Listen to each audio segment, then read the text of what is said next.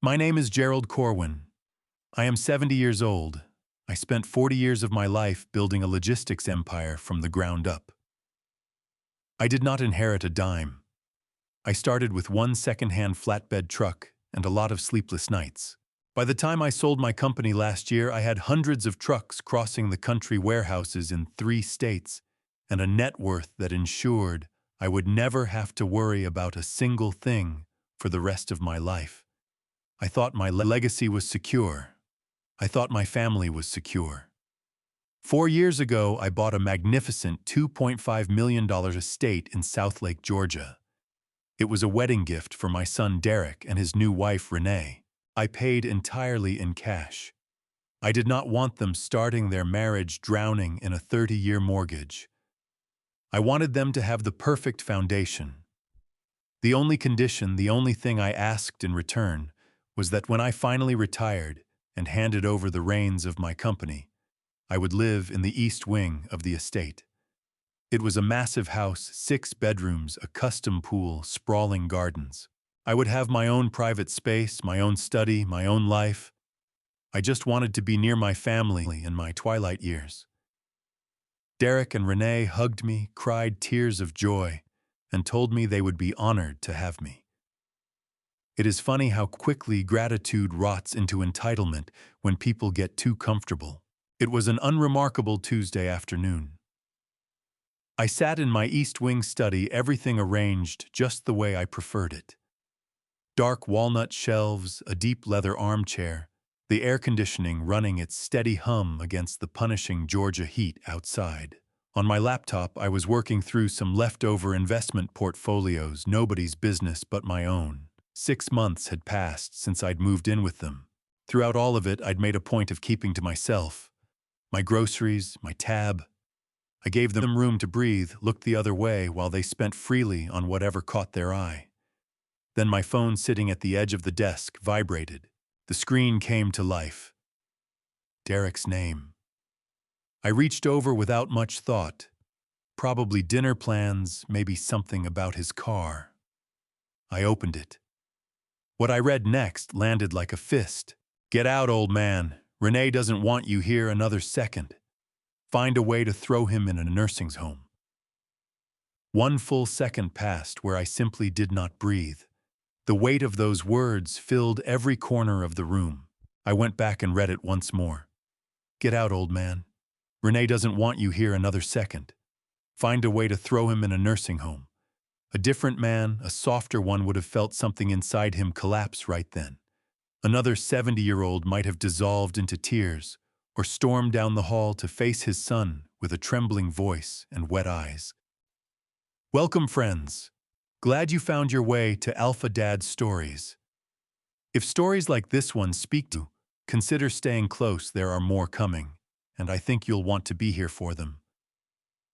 I'd love to know, is this your first time sitting down with one of these stories, or have you been here a while? Drop a quick word below and let me know. One thing before we begin, some elements of this story have been shaped for dramatic effect, and any resemblance to specific real people or events is purely coincidental. What matters is the truth at the heart of it. He might have demanded answers. He might have crumbled and begged his son to explain himself. But I am not that kind of man. You do not last 40 years in the cutthroat logistics industry by letting raw emotion steer the ship. When a competitor comes at you hard, you do not weep. You size up the threat. You collect your evidence, and you dismantle them. The pain was real, a cold, hollow ache sitting somewhere deep in my chest. I had spent decades protecting this boy. I had written the checks for his education, absorbed his failures, and placed the keys to a kingdom he never once earned into his hands. And now he was showing me exactly the man he had become. My mind flipped straight into operational mode. My son, the boy I had raised, the man for whom I had purchased this very house, was scheming to discard me like something broken beyond repair. The nursing home comment wasn't just vicious, it was deliberate. It told me they had been talking about this, actively planning how to push me out against my wishes. My thumb hovered over the screen. I didn't reply. Instead, I pressed the side buttons simultaneously. The display flashed white for a fraction of a second. I had a screenshot. In logistics, documentation is the whole game. If it isn't recorded, it never happened. I opened my encrypted vault, the secure cloud app where I store my legal documents, trusts, and corporate contracts, and pushed the screenshot straight into it. I watched the progress bar crawl to completion. The moment it hit 100%, the evidence was untouchable. 10 seconds after that, the message itself disappeared from the thread. Derek had used the unsend feature. The magnitude of his blunder had finally registered. He'd fired that message at the wrong person entirely. Meant for Renee or maybe one of his friends. But in his rush, his arrogance, or his flat-out carelessness, he had delivered it straight to the man it described. I leaned back in my deep leather armchair and pressed my fingertips together. I stared at the now empty message thread. A slow, cold smile settled across my face. He genuinely believed that pulling the message back would undo the damage. That a little digital sleight of hand could rewrite what had already happened. But those words were already secured onto server far from here. And beyond that, they were carved permanently into my mind. I let my thoughts drift back across the previous 6 months. Renee's warm, syrup-thick smiles every time she handed me a coffee cup. Derek's hand on my shoulder, calling me the greatest father alive every time I quietly stepped in to cover some outrageous household bill. The whole thing had been theater. A carefully maintained performance designed to pacify the old man while they enjoyed the home his money had built. They had pegged me as soft. They assumed that at 70 I was just a bewildered relic running out the clock. What they had forgotten was that the man occupying the East Wing was the same man who had hammered out multi-million-dollar union contracts without flinching. The same man who had built his empire by reading every opponent's next move before they made it. My mind sharpened into calculation. If their goal was a nursing home, the real prize was the property. They were after control of my assets. They were no longer family. They had reclassified themselves as a hostile liability, and liabilities get liquidated. Then the stillness of the house broke apart. The sharp squeak of shoes skidding across polished hardwood came barreling down the main hallway, running. Heavy footsteps, urgent and graceless, stripped of every ounce of their usual ease. They grew louder, pounding down the long corridor toward my wing. I calmly set my phone face down on the desk and shifted my attention back to the laptop, nudging my reading glasses up my nose every inch, the picture of a relaxed, unsuspecting old man enjoying his afternoon. I let my shoulders go loose, softened my face. The footsteps skidded to a stop just outside my door. Labored breathing filtered through the heavy wood, someone on the other side trying to pull themselves together before they had to face what they'd done. The brass knob began to turn. A tremor in the hand behind it made it rattle. The door flew open, and Derek stumbled into my study. Every drop of color had drained from his face. Sweat glistened across his forehead in a slick sheen of panic. He stood in the doorway, gulping air, eyes wide, scanning me for any trace of what I knew.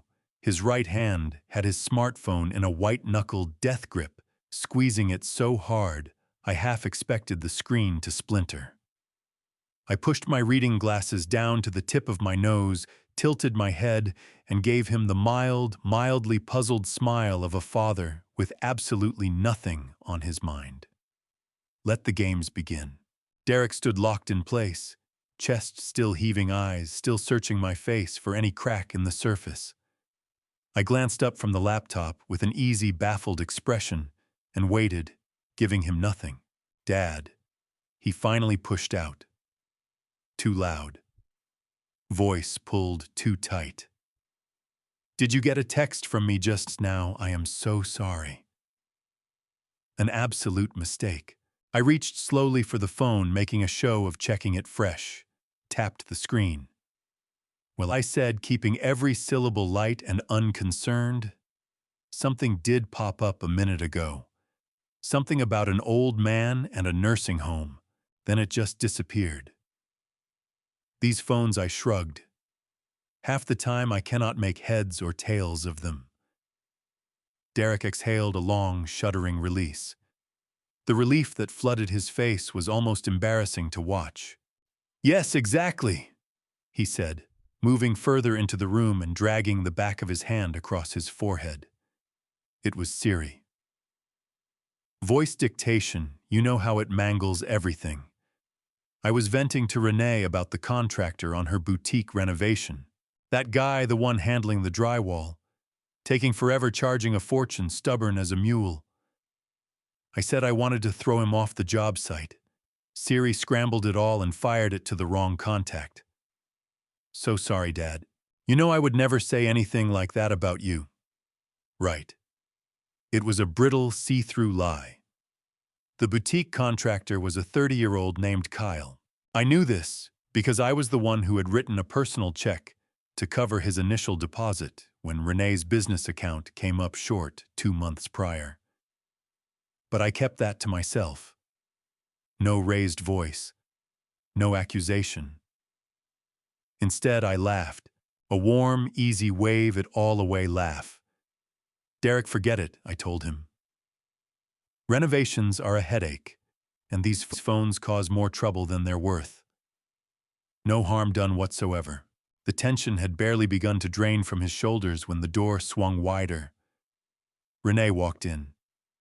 My daughter-in-law, 32 years old, immaculate in a silk blouse and tailored trousers, looking as though she had been lifted straight from the pages of a luxury lifestyle magazine. In her hands was a small ceramic plate bearing a generous slice of warm peach cobbler. The scent of it, sweet, buttery golden, moved through the room ahead of her. "Oh, Gerald," she said, her voice honeyed and bright. "I saw Derek come rushing in here and I just had to bring you some of this. Fresh out of the oven, and I know it is one of your absolute favorites." She crossed to the desk and set the plate down gently in front of me. Then she leaned in and rested a hand on my shoulder. Her perfume was heavy, doing a fine job of covering everything underneath it. She turned the full wattage of that perfect smile on me, the one reserved for moments when she needed something or needed to prove what a warm and devoted family we all were. "Thank you, Renee," I said, meeting her eyes with nothing but genuine-looking appreciation. "This looks wonderful. You really didn't need to go to all that trouble for me." "Of course I did," she said, giving my shoulder a gentle press. "You do so much for this family. Having you with us is a real blessing. We just want you comfortable and happy. Don't we, Derek?" The look she cut toward her husband was quick and precise. Derek nodded on cue, tucking his phone away. "Absolutely, Dad. We love having you here." I looked at the two of them side by side in the doorway of my study. A handsome couple, no question. They looked polished, prosperous, and entirely at ease. Any outsider glancing in would have seen a touching family tableau, a devoted son and his warm, attentive wife delivering a sweet gesture to the cherished family patriarch. But I knew the reality behind it. I knew exactly what those immaculate smiles were concealing. Beneath her designer wardrobe and his accommodating nods lived a deep, suffocating greed. They were drawing on my resources like parasites while quietly engineering my removal to some grim, state-run facility. The way they were looking at me right now, it wasn't love. It was cold, patient calculation.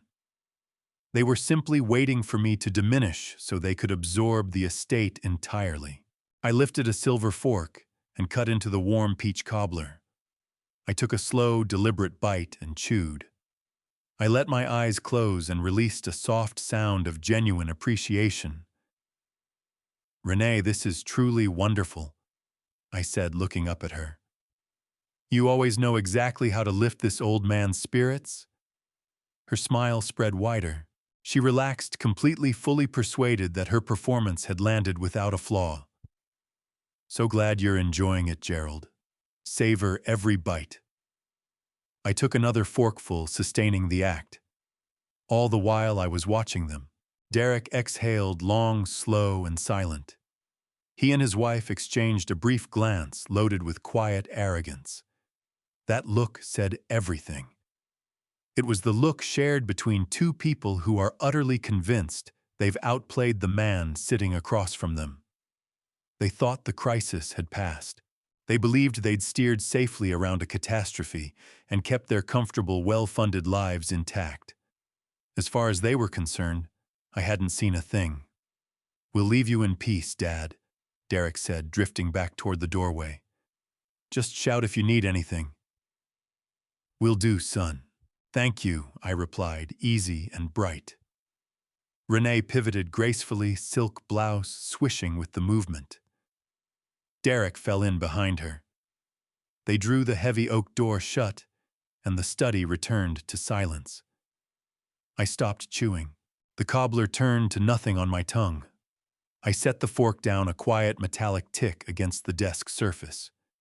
I pressed a napkin to my mouth, my mind already moving through the next sequence of moves. They had revealed their hand. Now it was my turn to deal. As I rose slowly from my chair, my eyes caught a small, sudden movement near the threshold. As Renee turned to leave, something slipped free from her designer pocket. A folded scrap of pale paper drifted down and settled onto the ornate Turkish rug. I walked over without hurry and covered it entirely beneath my heavy brown leather slipper. I stood there until the sound of their footsteps had fully dissolved down the corridor. Only once I was certain the hallway was empty did I shift my foot. I crouched down and retrieved the crumpled paper that had fallen from Renee's pocket. I crossed to the heavy oak door and turned the brass lock. The solid click sealed me inside alone with whatever they had been careless enough to leave behind. I returned to the desk and settled into my chair. My hands were completely steady as I pressed the paper flat against the polished surface. I half expected a receipt from some high-end boutique or perhaps an invoice from the renovation contractor.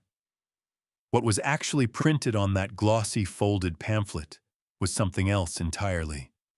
Bold blue lettering across the top, Shady Hollow Memory Care and Assisted Living. I stared at it, my mind sharpened by 40 years of processing logistics data. At speed began immediately cataloging what I was looking at. Shady Hollow was not a premium retirement community. It bore no resemblance to those well-appointed resort-style campuses with groomed grounds and private chefs that affluent families use to settle their aging parents comfortably. I knew what Shady Hollow actually was. A notoriously bleak state-funded facility parked on the far edge of the county. A place built for people who had exhausted every other option. Medicaid-funded, chronically understaffed with living conditions that matched its reputation, and residents who were essentially invisible to the outside world until they stopped breathing. A cold wave moved through me. I dragged my finger across the cheap printed photographs, elderly residents slack-faced in front of television screens. Why would my son and daughter-in-law be carrying a brochure for a Medicaid dementia ward? I have an 8-figure net worth. I could sustain round-the-clock private nursing care in a 5-star medical suite for the next 30 years without touching the principal. If removing me from the house was the goal, they could have tucked me into a luxury community using the generous monthly allowance I already provided. They could have dressed it up as a gift. But luxury wasn't what they were shopping for. They were shopping for a dumping ground. The realization hit like a freight train broadside. Derek's text message blazed back into my mind. Find a way to throw him in a nursing home. He didn't say find him somewhere comfortable. He said throw him. They weren't after my bedroom. They wanted me gone, erased. For them to legally place me in a state facility like Shady Hollow, I would need to be destitute, stripped of every asset Medicaid eligible by force, and to commit me against my will to a memory care unit I would have to be declared medically and legally incompetent. This had nothing to do with wanting more space in a large house. This was a predatory financial scheme methodically constructed. They intended to manufacture a medical crisis, have me declared unfit, seize the estate, drain my accounts, and warehouse me in a facility where heavy sedation would keep me quiet and forgotten. I leaned back, eyes traveling blankly across the dark wood ceiling. The scale of what they had was breathtaking in its cold ambition. 40 years. 40 years of sacrificed sleep, diminished health, and relentless pressure to erect something that would shield my bloodline for generations to come. I had missed holidays and dinners and ordinary evenings so that the people I loved would never feel the weight of financial fear. I had purchased this magnificent home outright so they would never lose a night's sleep over a mortgage. I had handed them everything they asked for without condition, without hesitation, and what they had built in return was a scheme to take the rest. I thought about the peach cobbler Renee had just set in front of me, the warmth in her voice, the soft, deliberate press of her hand on my shoulder, the touch of a predator gauging its prey. They were measuring me for a coffin while keeping a smile fixed in place. I did not feel grief. I did not feel the familiar collapse of heartbreak. Whatever sorrow might have surfaced had burned away the instant I grasped the full architecture of their plan. What settled in its place was a profound glacial fury, the identical cold and precise energy that had once allowed me to dismantle hostile takeovers and grind down aggressive competitors at the height of my career. Derek and Renee had forgotten whose name was on the deed. They had made a catastrophic miscalculation about the old man in the East Wing. If they wanted this to be a war is exactly what they would get. But not one fought with arguments or pleading or tears. This would be fought with absolute financial obliteration. First, I needed to take stock of the damage already done. If they were this far into planning an involuntary commitment, it was possible they had already made a move on my primary capital. I pushed the Shady Hollow brochure to the edge of the desk and drew my secure laptop closer. I woke the screen and pulled up my encrypted financial portal. I skipped past the standard domestic checking and savings accounts. Those were largely symbolic, holding only routine operational funds. I went straight to the most critical position in my portfolio, my offshore retirement trust. That was the vault where the vast majority of my liquid wealth sat, fully insulated from domestic volatility, shielded from public record. It was the account that guaranteed my independence and preserved my leverage. I entered my complex alphanumeric password and pressed enter.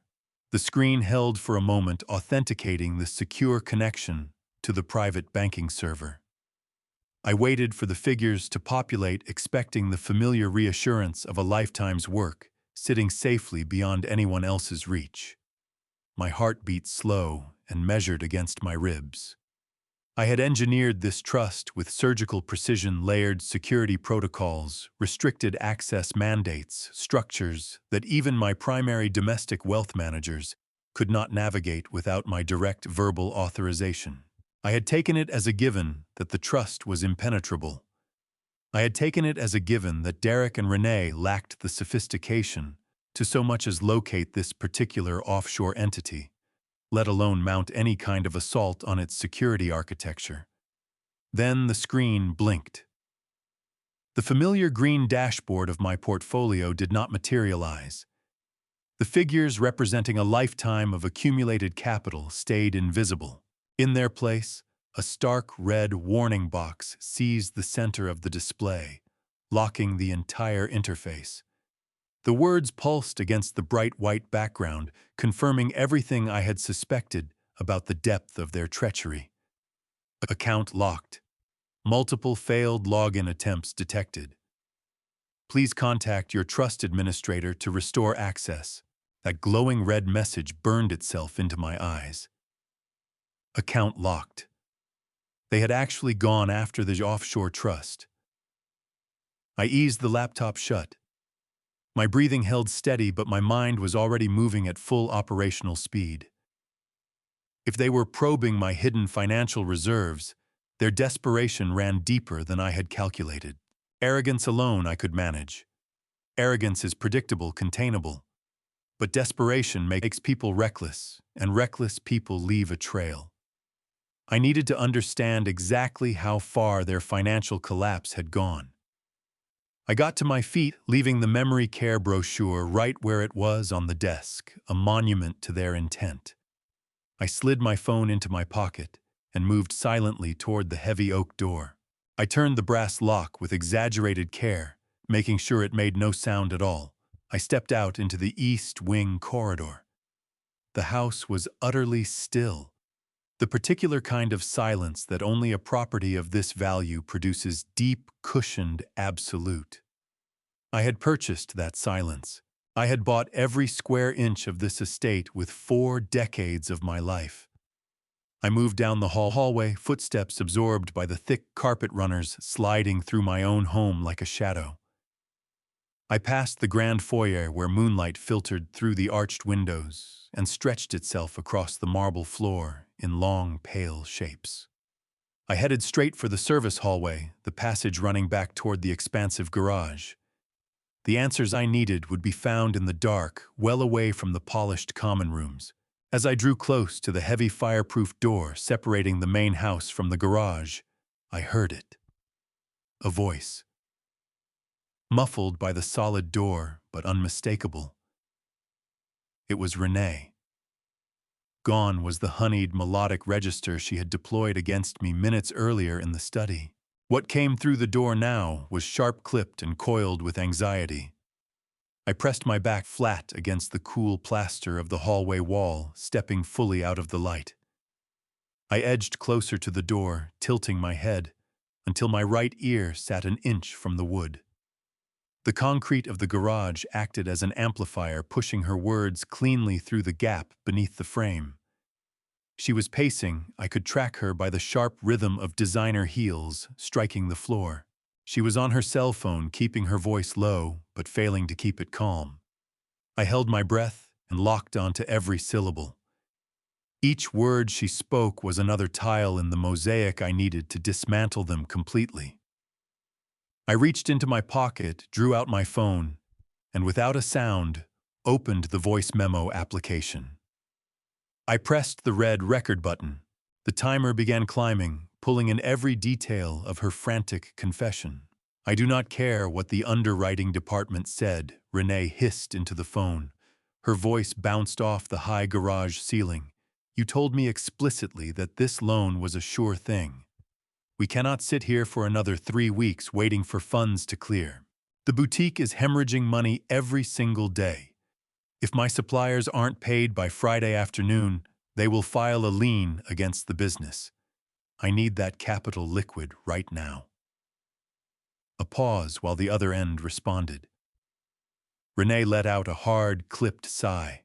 "Just push the paperwork through on your end today. The figure is exactly $1.2 million. That covers consolidating the boutique debt and clearing the balances on our credit cards." Another pause. She resumed pacing the heel clicks, quickening against the concrete. "We will sort it out," she snapped. "The collateral is there. The house appraises at over $2.5 million. The equity isn't going anywhere. Yes, I understand he's on the paperwork. Yes, I know it requires his authorization. Just forge the signature. It is not complicated. No one is going to examine the ink that carefully. His attorney Aldridge is out of town. He is on a fishing trip in Alaska until Tuesday. There is no chance Aldridge will be pulling property records or running title searches this week. Copy the signature off the original tax documents from last year and stamp the approval. We are completely out of runway." I stood motionless in the dark hallway, the recording timer counting upward. Their scheme snapped into full resolution. The failed login attempts against my offshore trust had been a secondary play. The primary target was the equity locked inside this estate. Renee had steered her luxury boutique into catastrophic debt, a vanity operation funded by a lifestyle she could never support on her own. And to save it and to wipe out their credit card balances, they were moving to pull $1.2 million against the house.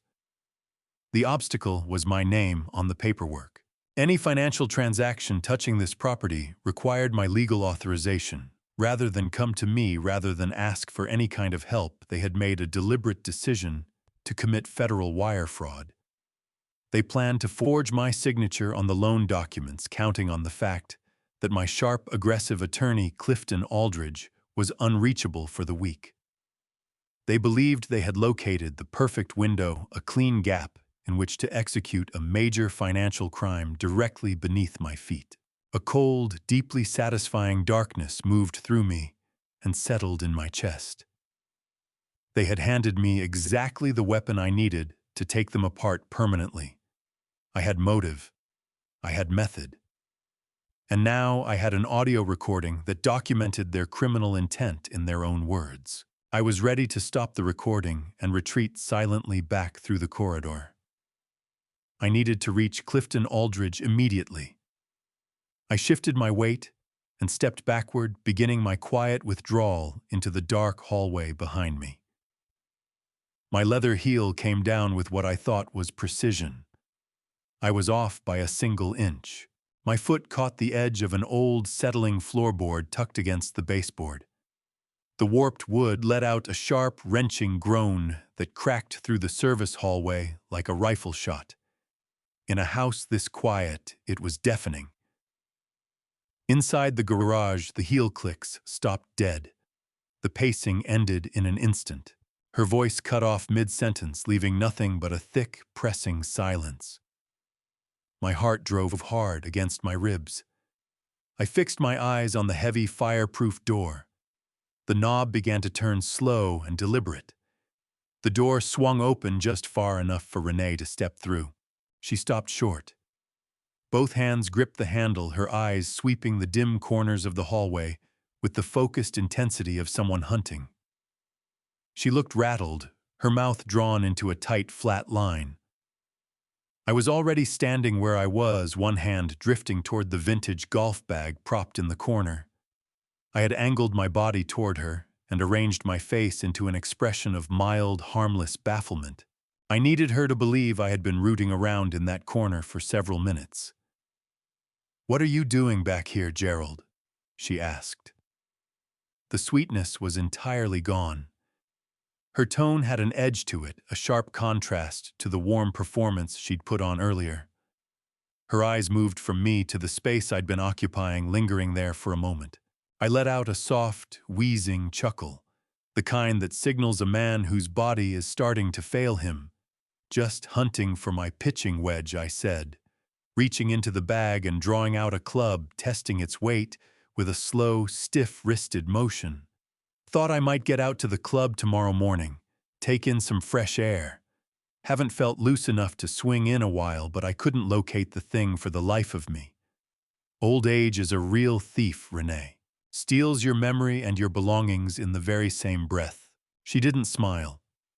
Her eyes stayed fixed on mine, probing for any flicker that might betray what I'd actually been doing back there, rather than hunting for a golf club.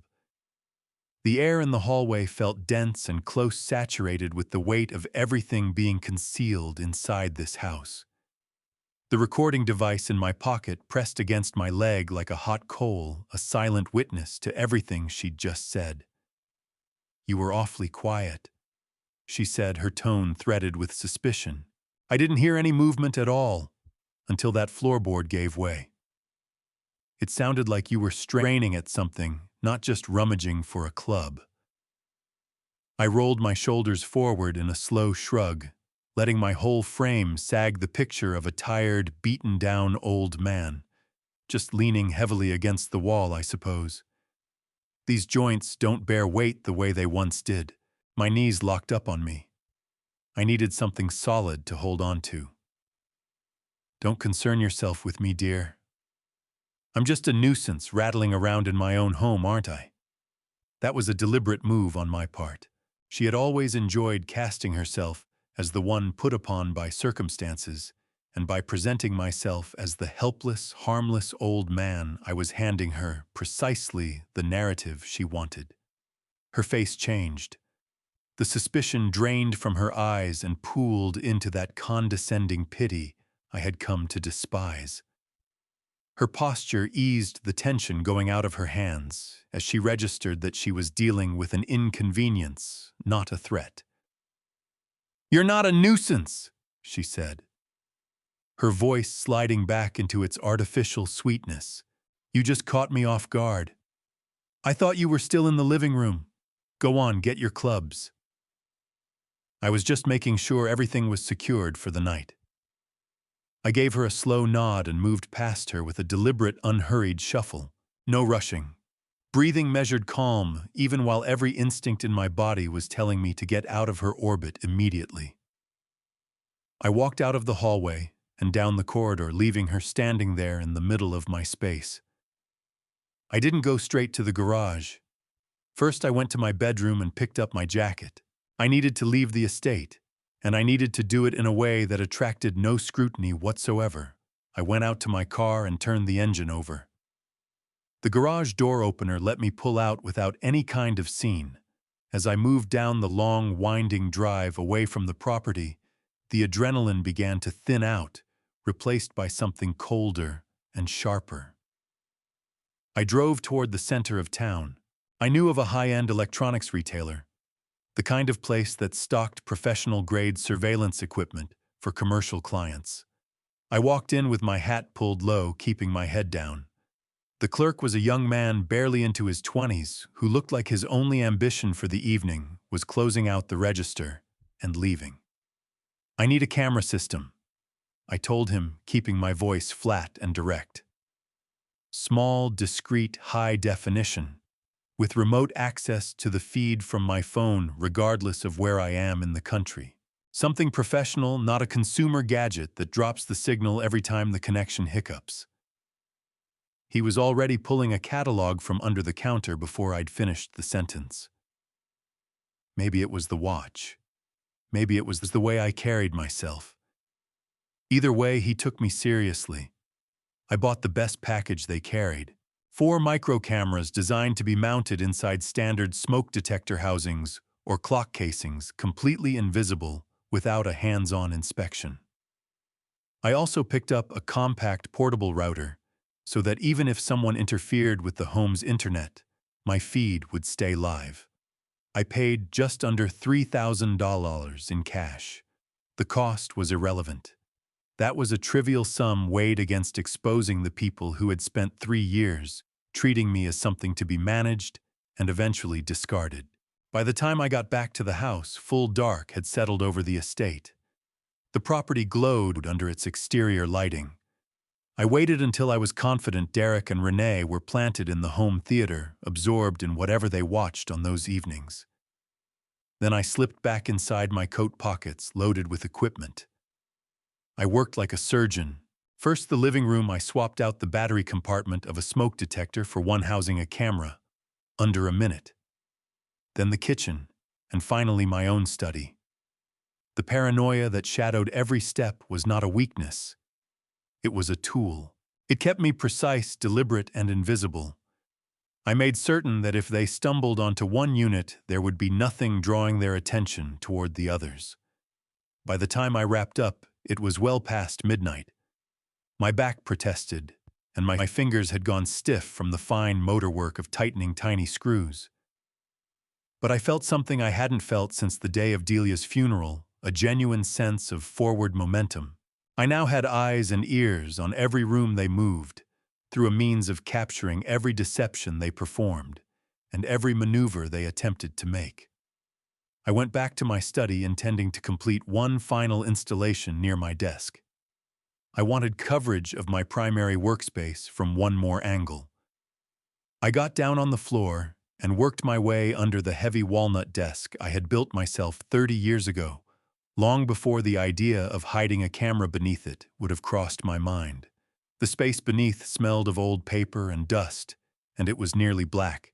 I positioned the camera behind a wooden crossbeam where it would command a clear view of anyone seated in my chair.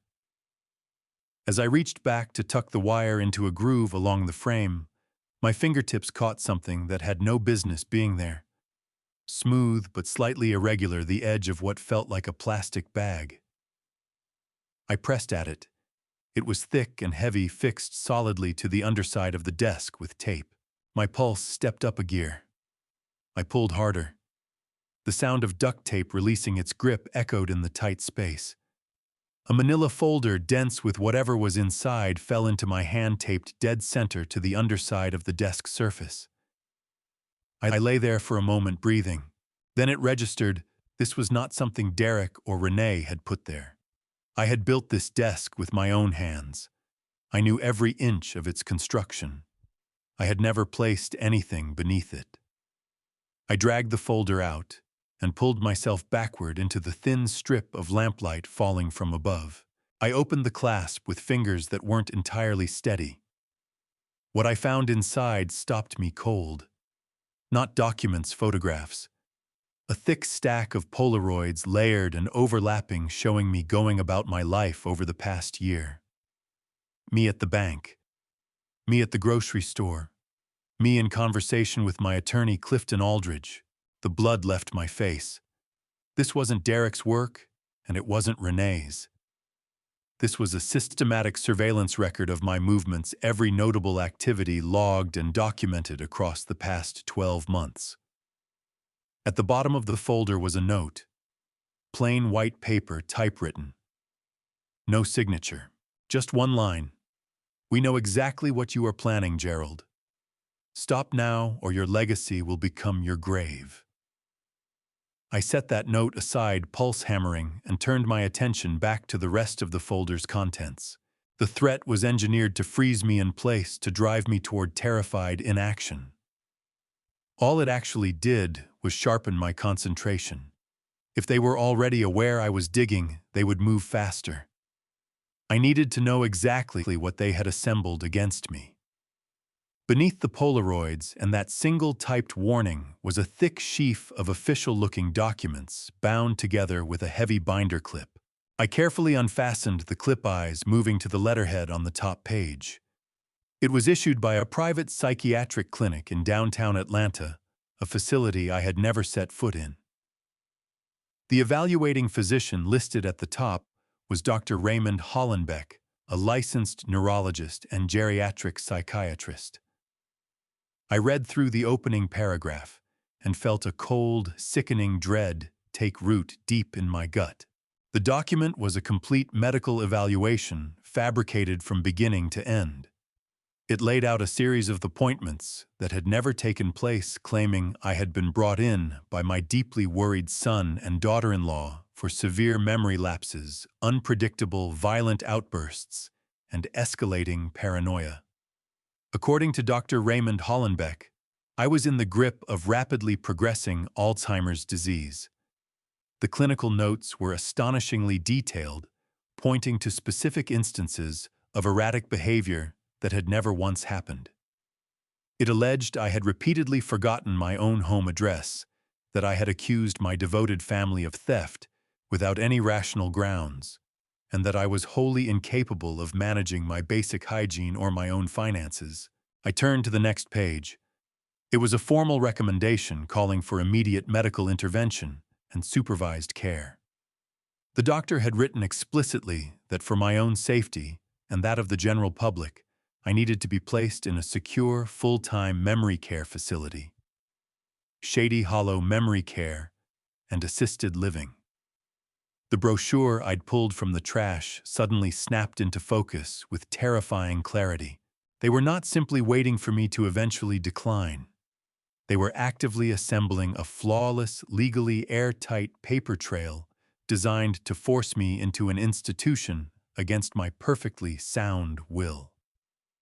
My hands trembled, not out of fear, but from the sheer, undiluted evil of what they'd constructed. Derek, the boy I had hoisted onto my shoulders, the son I had given every conceivable advantage, was working hand in glove with a corrupt, unethical doctor to medically erase me from my own life. This was the foundation being laid for a conservatorship. Armed with these documents, Derek could walk before a judge and petition for complete legal authority over my person and my estate. He would be named my legal guardian. He would hold the power to sign away my assets, liquidate my investment portfolios, and seal me inside a bleak, heavily sedated room where no one would give my objections a moment's consideration. Because who gives credence to the desperate protests of a diagnosed paranoid dementia patient? They had turned my own age into a weapon aimed at my throat. They understood that courts routinely defer to family members, presenting an elderly parent as a risk to themselves. It was a masterclass in elder abuse, wrapped in a tidy veneer of anguished familial love.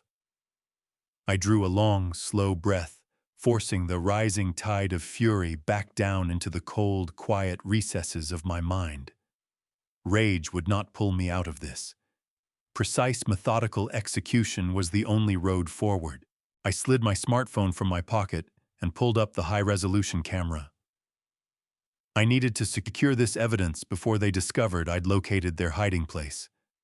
I pressed the first page of the fraudulent evaluation flat against the carpet, angling it, so the light from my desk lamp fell cleanly across every word.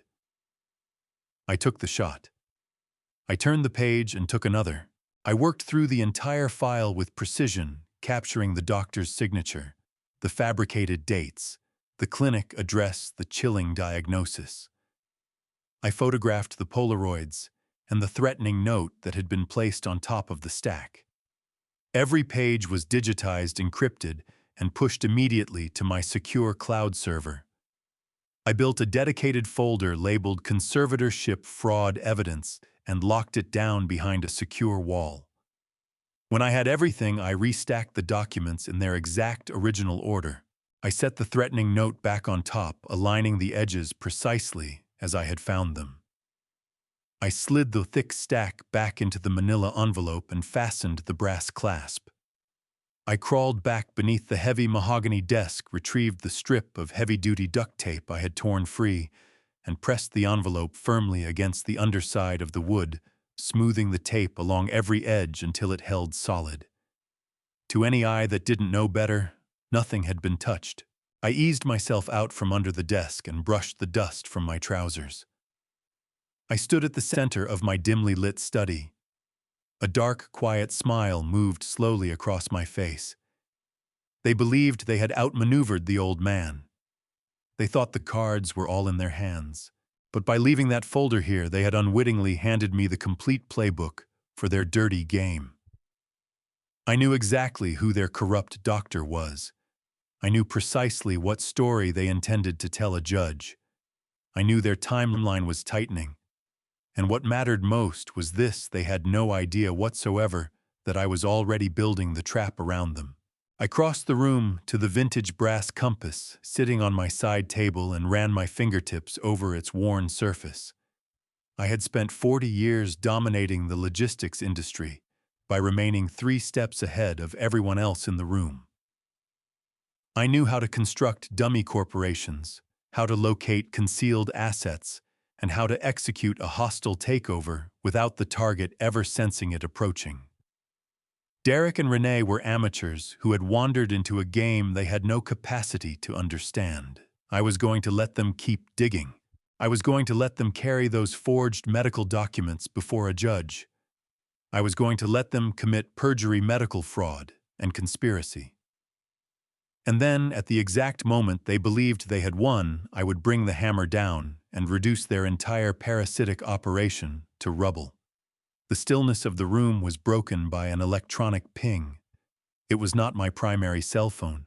It was the private burner phone drawer for sensitive corporate communications. I pulled the drawer open and retrieved the small black device. The screen glowed with an urgent push notification from my premium credit monitoring service. A service Derek and Renee had no knowledge I used. I unlocked the phone and opened the secure message. The text was blunt and alarming. Alert. A hard inquiry has just been initiated on your Social Security number. TransUnion reports a new credit application submitted by Piedmont Regional Bank. The application is for a residential home equity line of credit of $1.22 million. The burner phone's screen cast a pale light across the dark study. A residential home equity line of credit for $122 million. My own son was attempting to leverage my social security number and my property to rescue a failing vanity project. Renee had not been bluffing in that garage. They were executing their desperate financial play banking on the assumption that my legal counsel was unreachable somewhere in the Alaskan wilderness. What they had failed to grasp was that Clifton Aldridge never took vacations. The Alaska fishing trip was a carefully engineered decoy established years earlier to screen out nuisance calls. Clifton was at that moment seated in a private suite in downtown Charlotte. I picked up the burner phone and dialed his direct encrypted line. He answered on the second ring, his voice sharp and fully alert despite the hour. "Clifton," I said, keeping my tone perfectly even. "We have a domestic breach. My son is attempting a 7-figure unauthorized collateralization. I need a face-to-face tomorrow night. Usual place, usual table. Bring the absolute property files and intercept whatever paperwork Piedmont Regional Bank is currently processing." "Understood," Clifton replied. His voice carried no surprise, only the keen, predatory readiness of a lawyer who lived for total financial warfare. "I'll have the complete paper trail assembled by tomorrow evening." 24 hours later, I walked into the vault room. It was an old-school, dimly lit steakhouse tucked into the basement of a historic financial building. The kind of establishment that didn't advertise itself, the sort of place where deals worth hundreds of millions changed hands quietly over generously poured scotch and prime cuts of beef. The air carried the scent of aged leather, expensive cigars, and roasted garlic. The ambient sound was a low, steady murmur of power and discretion. I moved through the maze of high-backed mahogany booths until I reached our usual spot in the far back corner, completely hidden from the main floor. Clifton Aldridge was already there. At 60 years old, Clifton was a man hewn from pure legal ruthlessness. He wore a perfectly tailored charcoal pinstriped suit, silver hair swept back with immaculate precision. His eyes cold and assessing locked onto mine as I settled into the booth across from him. He offered no warm greeting, no sympathetic expression. Clifton dealt in facts, leverage, and absolute destruction. That was precisely why I paid his considerable retainer. "Right on time," Clifton said, his voice a low, gravelly baritone. He reached into his leather briefcase and produced a thick stack of manila folders, dropping them onto the polished table with a heavy, satisfying thud. "I intercepted the bank documents exactly as you requested. Your son and daughter-in-law have been remarkably busy over the last 48 hours. A waiter appeared without a sound, left 2 glasses of sparkling water, and withdrew immediately. I ignored the water and fixed my attention entirely on the folders. "Tell me the full scope of their delusion," I said, leaning forward, forearms resting on the table. Clifton opened the top folder and slid a set of highlighted public records across the dark wood. He tapped the primary document with his expensive fountain pen. "They genuinely believe they hold controlling equity in the estate." Renee had been operating on the assumption that the property transfer we executed 3 years ago handed them outright ownership. They think they're the primary title holders. A soft, humorless laugh escaped me. "And the reality," Clifton replied, a razor-sharp smile pulling at the corners of his mouth, "is exactly what we engineered when you acquired the house. You never transferred the actual deed to them. They're listed only as secondary occupants for specific municipal tax benefits, an arrangement that let them establish residency without triggering a massive gift tax liability. The physical property, the land, the structure, every dollar of associated equity is fully held by the Gerald Global Blind Trust. You are the sole executive. They do not own a single brick of that house. They are in effect highly privileged tenants living inside your rental property. I studied the paperwork, taking in the sheer enormity of their stupidity. They had constructed their entire arrogant, polished identity on a bedrock of profound legal ignorance. They had moved through that estate treating me like an unwelcome stranger in a house they didn't even legally possess. But that isn't the most interesting part of this. Clifton's tone dropped an octave as he pushed a second, considerably thicker document across the table. This is the application they submitted to Piedmont Regional Bank for the $1.2 million home equity line of credit.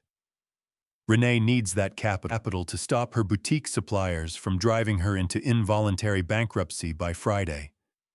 Because they believe they own the house they tried to borrow against the equity, but the bank's underwriters hit a wall the moment they saw the blind trust listed on the master title. I narrowed my eyes and moved through the dense paragraphs of banking legalese. So, how did they get around the trust requirement? I asked, already criminal negligence. Clifton leaned back in his leather booth, arms folded across his chest. They got around it by committing an extraordinary degree of fraud. The bank required the explicit authorization of the trust executive. That is you. Because they were convinced you were unreachable in Alaska, they took matters into their own hands and expedited the process. They produced a completely fraudulent, notarized power of attorney. Clifton slid the final document toward me. It was a high-resolution copy of a legal authorization form. At the very bottom of the page, resting on the designated signature line, was my name. A flawless, masterful forgery lifted directly from my previous tax filings. They had even managed to source a fake notary stamp to lend the fraudulent paperwork an air of legitimacy. They presented this to the bank this morning. Clifton's voice carried an almost humming quality of predatory satisfaction. They formally declare that you are currently experiencing severe cognitive decline and are medically incapable of managing your own complex financial affairs. They used a fabricated medical evaluation from Dr. Raymond Hollenbeck to support the power of attorney. On the basis of this forged documentation, they are attempting to legally bind your trust to a massive commercial debt in order to rescue Renee's failing retail business. I stared at my own forged signature. The sheer audacity was breathtaking. They weren't simply trying to steal money. They were actively running their theft through the federal banking system, leaving behind a thoroughly documented, impossible-to-deny trail of criminal conspiracy. They were arrogant enough to believe they could manipulate multi-million-dollar financial institutions with the same ease they used to work their social circles. Clifton watched me in complete silence, his sharp eyes reading every nuance of my stillness. He reached forward and tapped the forged document one final time. Piedmont Regional Bank is currently holding the funds in escrow. Because I flagged the account internally, the loan has not officially posted. The transfer is sitting in a holding pattern. I can call the bank president right now, invalidate this forged power of attorney, and kill the entire transaction.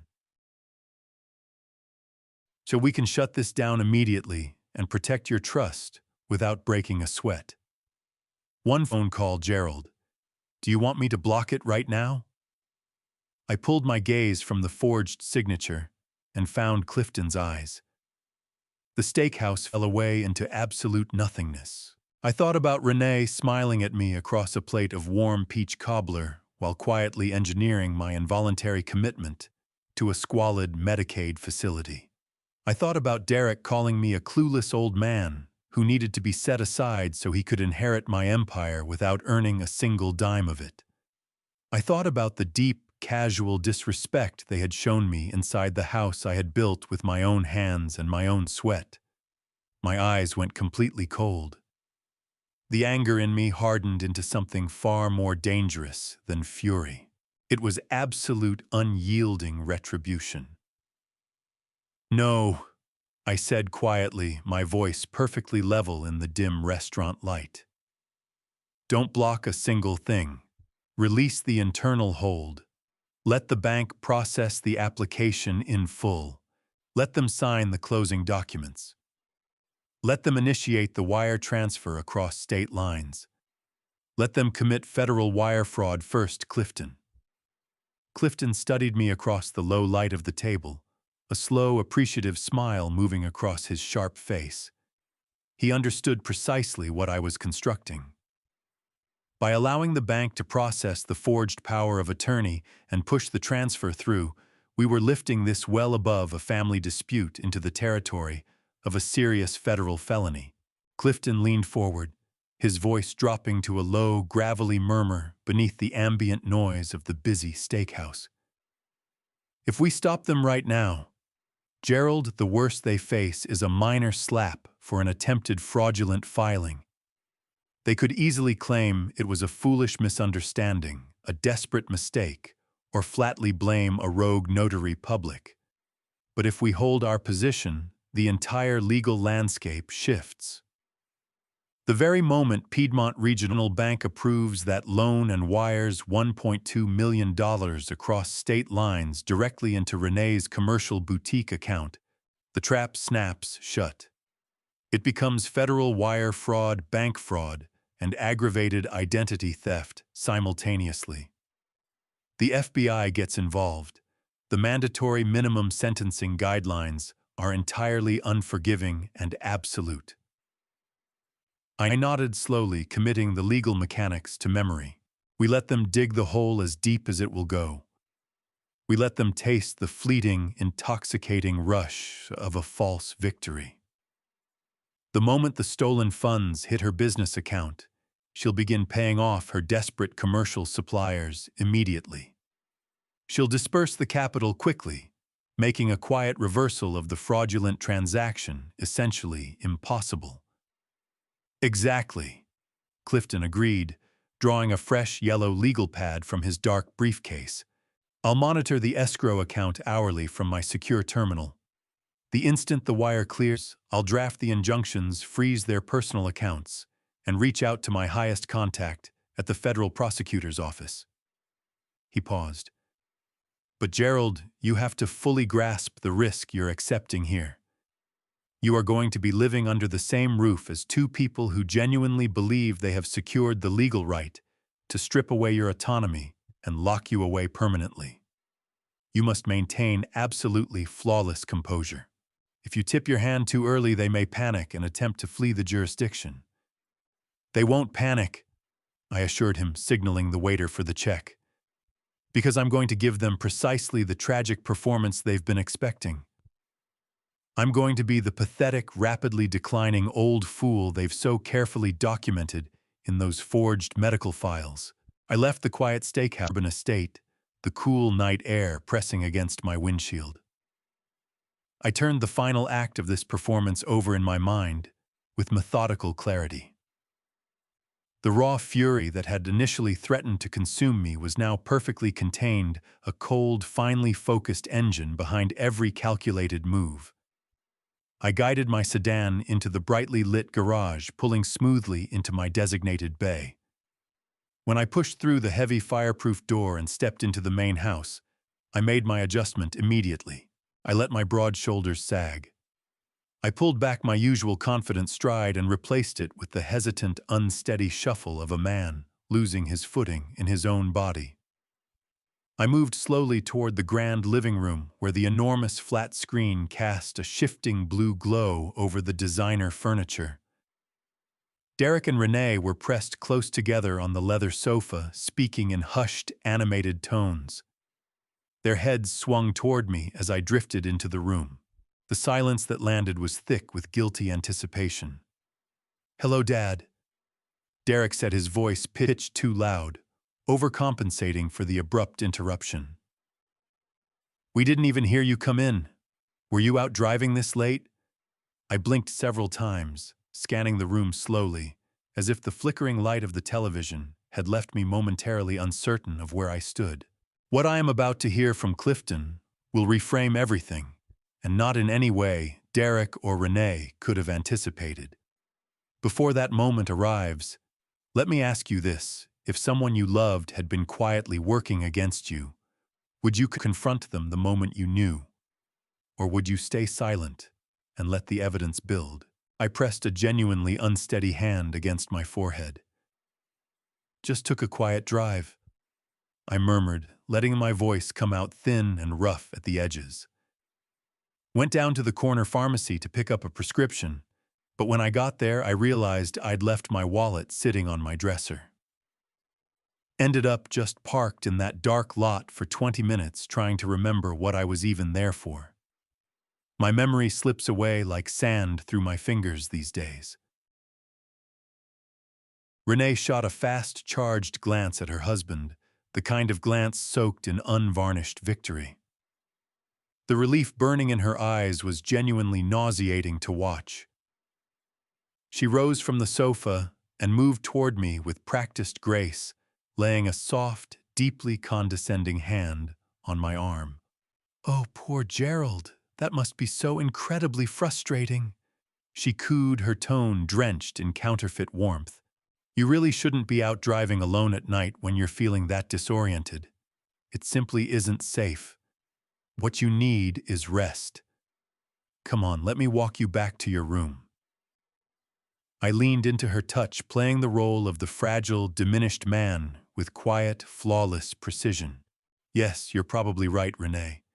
I'm just so terribly worn out lately. Everything feels so foggy."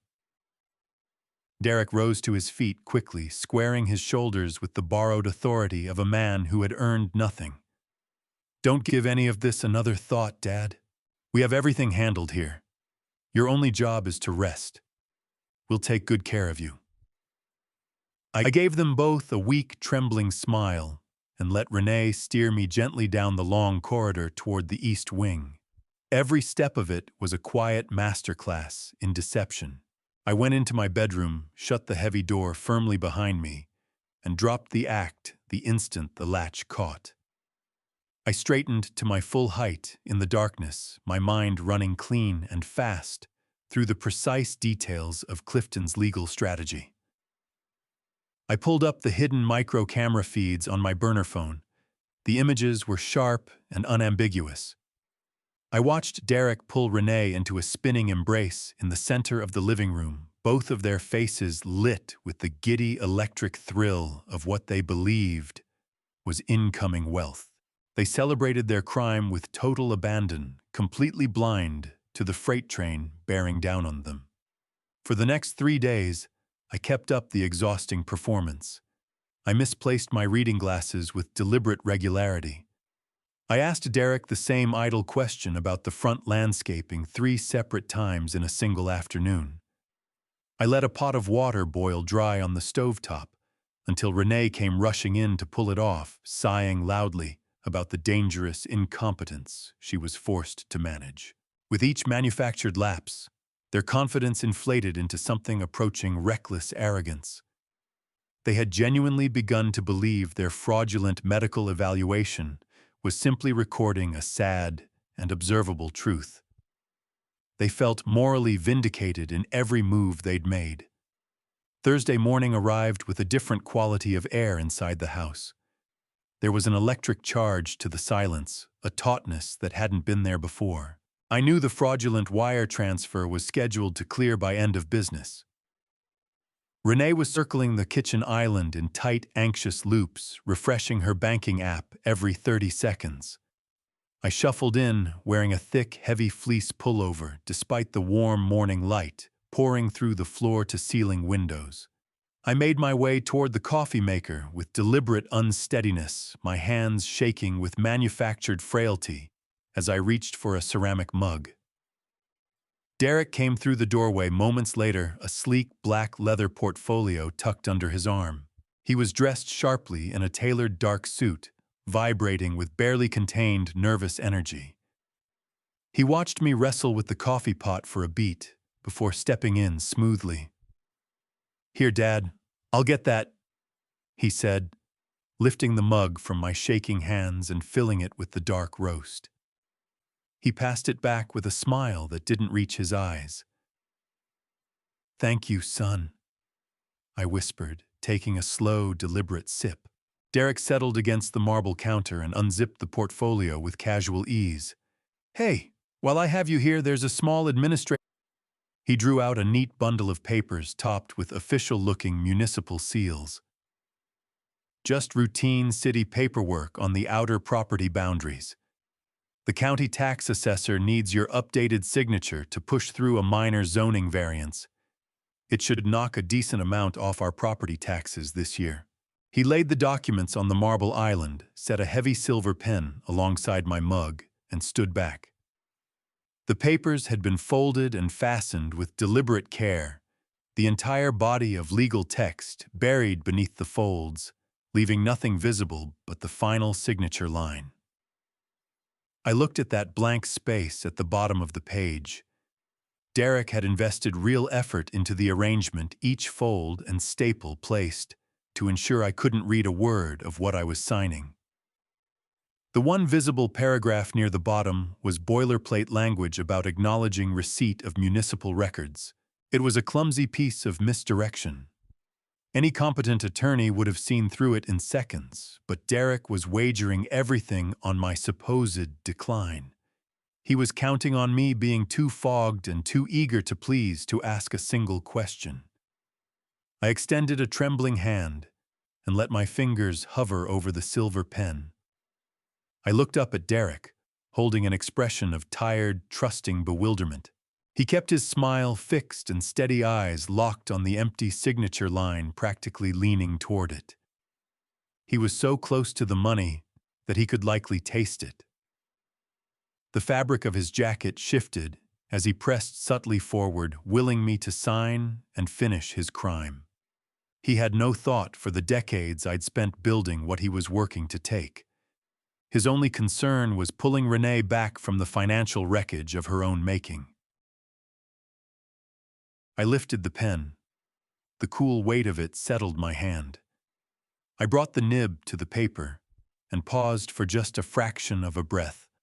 For more than 30 years, Clifton Aldridge and I had maintained a specific, legally documented protocol designed for exactly this kind of moment. We had operated in a world where hostile takeovers, corporate espionage, and executive coercion were everyday hazards. We had long ago established a designated duress signature, a quiet but legally binding safeguard registered with our primary financial institutions and trusted notaries. My standard signature was Gerald Theodore Corwin, notable for a sweeping loop on the capital T and a sharp, decisive angle on the final N. The duress signature was built to look like it, but read differently to those who knew. I touched the pen to the paper and began to write. I dropped the middle initial entirely. I pressed the loops flat into tight, cramped circles. The final stroke trailed off into a faint, fading line, exactly the kind of unraveling handwriting you'd expect from an elderly man whose motor control was failing him. To anyone watching it, looked authentic. To Clifton Aldridge and federal banking regulators, it was an unmistakable alarm, a documented distress signal, declaring that the signature had been obtained through active fraud, coercion, or duress.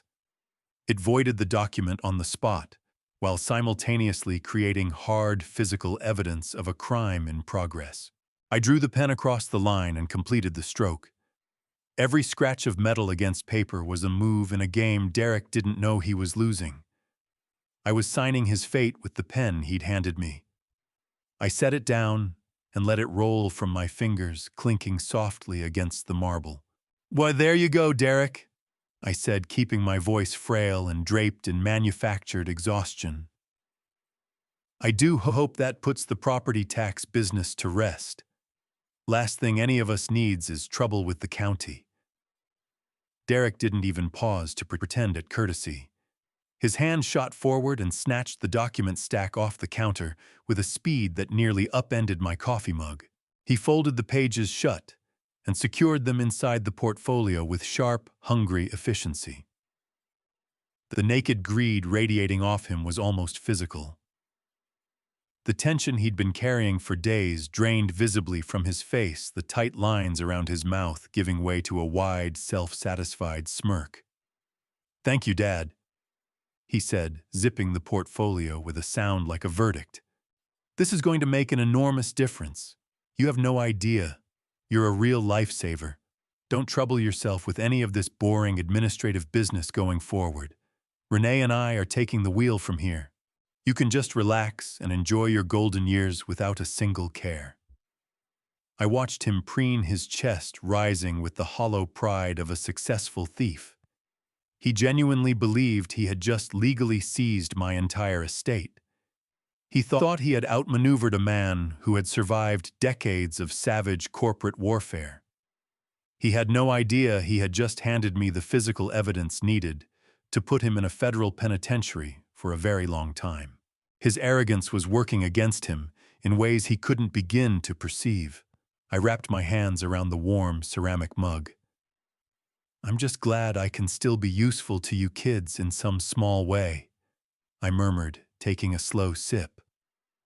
"The mind isn't what it once was, but my heart is always right here with this family." Derek chuckled, tugging at his cuffs. "Well, speaking of family, Renee and I actually have some exciting news. Now that the tax paperwork is sorted and the boutique finances are secured, we figured it was time to celebrate properly. We're throwing a big catered party this weekend. All our closest friends, the key investors, going to be a loud one." He paused, leaning forward. Both hands flat on the marble counter, manufacturing an expression of paternal consideration. "Thing is, with all that noise and commotion, we were worried it might be a bit overwhelming for you. You know how large crowds can get you turned around lately. So Renee went ahead and booked you a luxurious 3-day package at that gorgeous, quiet golf resort up in the mountains. Already taken care of. You'd head out early tomorrow, get in a few easy rounds, enjoy some peace and fresh air, and be back Sunday evening to a spotless house. What do you think, Dad? Wouldn't a quiet weekend away from all this sound like exactly what you need?" The audacity of it rang through the silent kitchen. He was casually pushing me off my own property so he and his friends could toast the theft of my fortune in my own home. I looked down at the counter and let a slow, deeply grateful smile take shape on my face. I reached out and rested a trembling hand on his arm. "That sounds absolutely wonderful, Derek," I whispered, letting my voice waver at just the right pitch.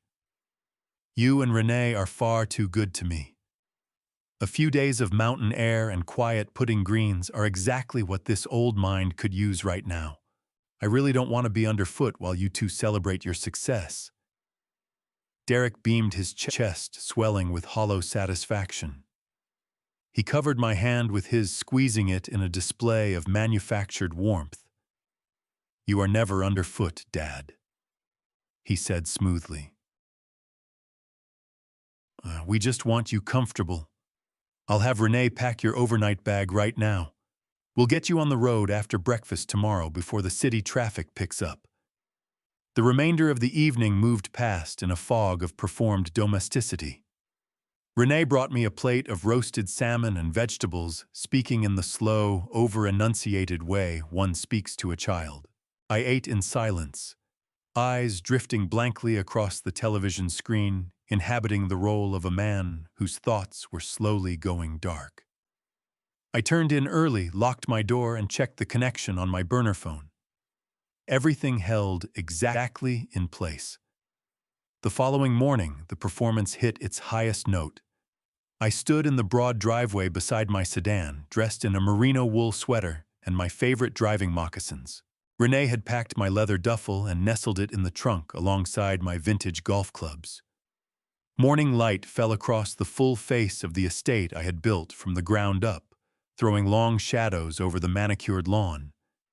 Derek stepped forward and pulled me into a theatrical embrace. "Have a fantastic trip, Dad," he said, thumping my back. Take it easy out there on the course. Don't go overdoing it. I held him a moment, my chin grazing his shoulder. I'll be perfectly fine, son, I said quietly. You two just enjoy your party. You've certainly earned it.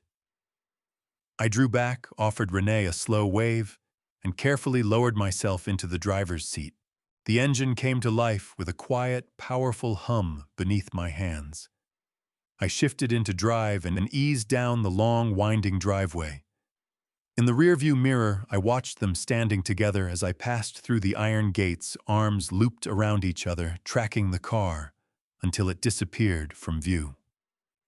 The instant the rear bumper cleared the brick pillars, they turned and moved back toward the house, at something close to a run, eager to start celebrating. I drove exactly 3 miles in the direction of the mountain resort, before swinging onto the southbound highway. I had no intention whatsoever of spending my weekend on a golf course. The resort booking was a carefully arranged fiction, a piece of misdirection, designed to make them feel entirely unobserved. My real destination was the center of downtown Atlanta. I moved through the morning traffic with the easy precision of a man who answers to no one. I drove to an exclusive high-end hotel positioned above the financial district, a property where I held a long-standing corporate account completely insulated from my personal finances, leaving no trail Derek or Renee could ever follow. I handed off my keys at the valet stand and crossed the grand lobby with my posture fully restored, the manufactured fragility of the morning shed completely. The concierge greeted me by name and brought me up to the penthouse suite. The room was exceptional, dark walnut furniture, deep leather armchairs, and floor-to-ceiling windows, framing a panoramic sweep of the city. But the view held no interest for me. What I needed was the silence and the absolute privacy. I moved to the wet bar in the corner. I lifted a crystal decanter and poured a generous measure of aged, highly expensive single malt scotch, watching the amber catch the light from the windows. I took a slow, deliberate sip and let the familiar burn settle in my chest. It tasted exactly like pure, uncontested control. I carried the glass to the large glass dining table and set it beside my secure laptop. I opened the machine, connected immediately to the encrypted mobile router I'd concealed inside my study, and launched the surveillance application. I held my breath for a fraction of a second, while it authenticated my credentials. The screen shifted, and 4 high-definition feeds filled the display. The hidden micro-cameras were running without a flaw, covering every angle of the estate with cold, precise clarity, and cleanly drawing in the ambient sounds of the house. I settled back and took another sip of scotch and began my watch. The living room feed told me everything instantly.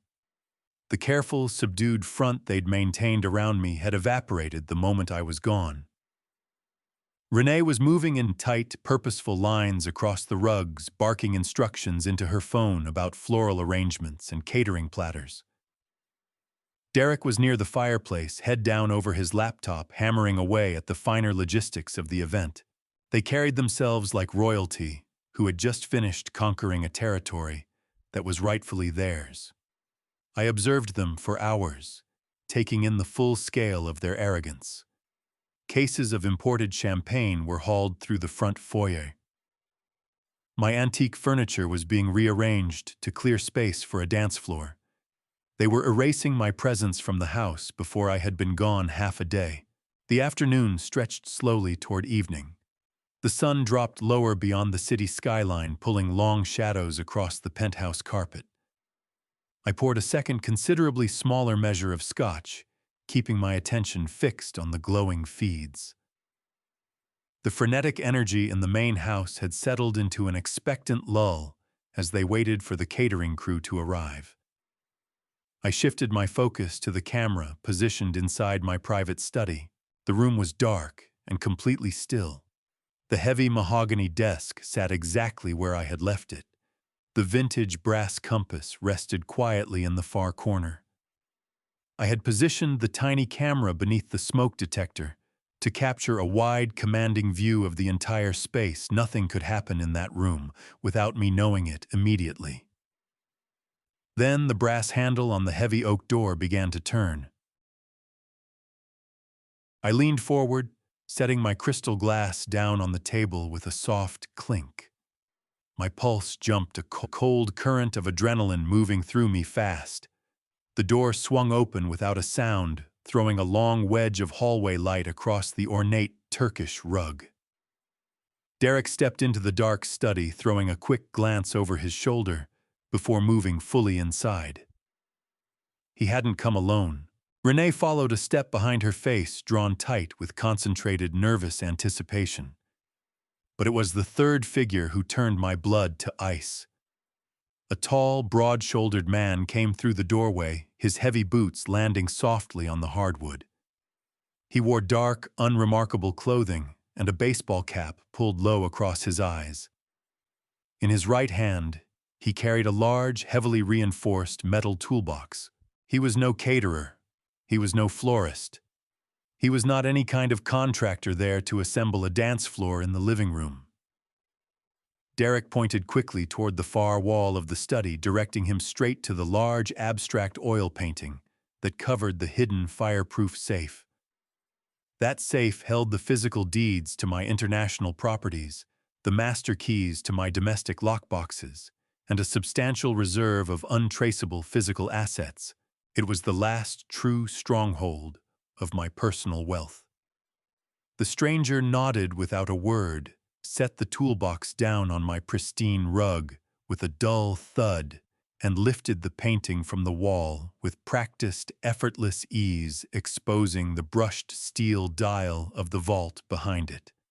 He opened his case, revealing a precise array of electronic drills, digital stethoscopes, and heavy-duty magnetic manipulation tools. I stared at the glowing laptop screen, my breath catching in my chest. Derek and Renee were not content with the real estate loan. The forged signature had been only the opening move in a much broader assault. They were going after a total financial cleansing. The fake golf trip had been used with surgical purpose to give them unimpeded access to my most secured physical assets. They had brought a professional safecracker into my home. I sat without moving in the hotel's high-backed leather chair, my eyes locked on the screen. Through the concealed camera near the smoke detector, I watched him work with chilling, wordless efficiency. He fixed a heavy industrial magnetic drill press against the face of the safe.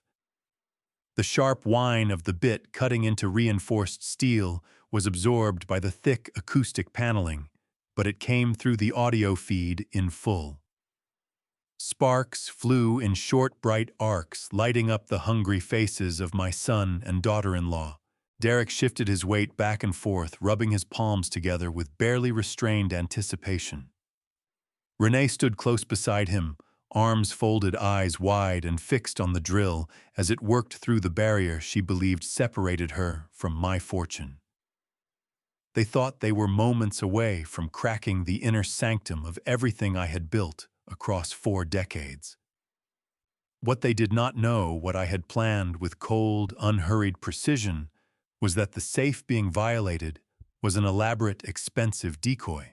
The real one, housing my genuine international property deeds and untraceable bearer bonds, sat behind a false panel in the basement wine cellar. The wall safe in my study was nothing more than a carefully staged prop constructed for exactly this kind of betrayal. I took a slow sip of aged, highly expensive single malt scotch, letting the flavor settle on my tongue as the safe cracker finally drew the drill back. He wiped metallic dust from his brow, turned the steel handle, and swung the heavy door open with a solid click. Derek practically shouldered the hired man aside and drove his hands into the open vault with the frantic energy of someone who had been starving for a thick bundle of documents bound with rubber bands and threw them onto the center of my mahogany desk, perfectly within the camera's sightline. Renee lunged for the top of the stack, pulling the first document free and scanning the embossed pages with rapid, feverish eyes. "Oh my God, Derek!" She breathed, her voice trembling with raw greed. These are physical bearer bonds, and look at these stock certificates. There are millions of dollars in these folders. Derek unfolded the next sheet with visibly shaking hands. And here is his last will and testament. He whispered, a sharp, cruel grin spreading across his face. He went straight to the final page and read the distribution clauses aloud. It is exactly as we thought. Everything transfers to us upon his death or formal medical incapacitation. The entire estate, the domestic liquid accounts, the commercial properties, all of it falls under our control the moment he is declared mentally unfit. I watched them revel in a victory built entirely on nothing. The stock certificates in their hands were worthless novelties, printed to specification by an overseas prop company. The will was an obsolete draft from 15 years ago, long since superseded by a dozen revisions held securely by Clifton Aldridge. But their joy was entirely real. They had genuinely convinced themselves they had broken me. They began gathering the fake documents with reverent hands, treating worthless paper like something sacred. The safecracker quietly packed his tools, accepted a fat envelope of cash from Derek, and slipped out of the study without speaking a word. The moment the heavy oak door clicked shut behind him, the true nature of their plan came fully into the open. Renee reached into her designer handbag and pulled out the thick manila folder I had found beneath my desk just days before. She dropped the fraudulent medical evaluation onto the polished wood and snatched up her phone, moving with sharp, driven urgency. She dialed, pressed the phone to her ear, and began pacing across the Turkish rug. "Trudy, it's Renee," she said, her voice falling to a hard, conspiratorial whisper. "Yes. I know it's late, but we have a serious situation. We can't wait until the end of the fiscal quarter. His condition is deteriorating far too quickly, and he's becoming a danger to himself and the property.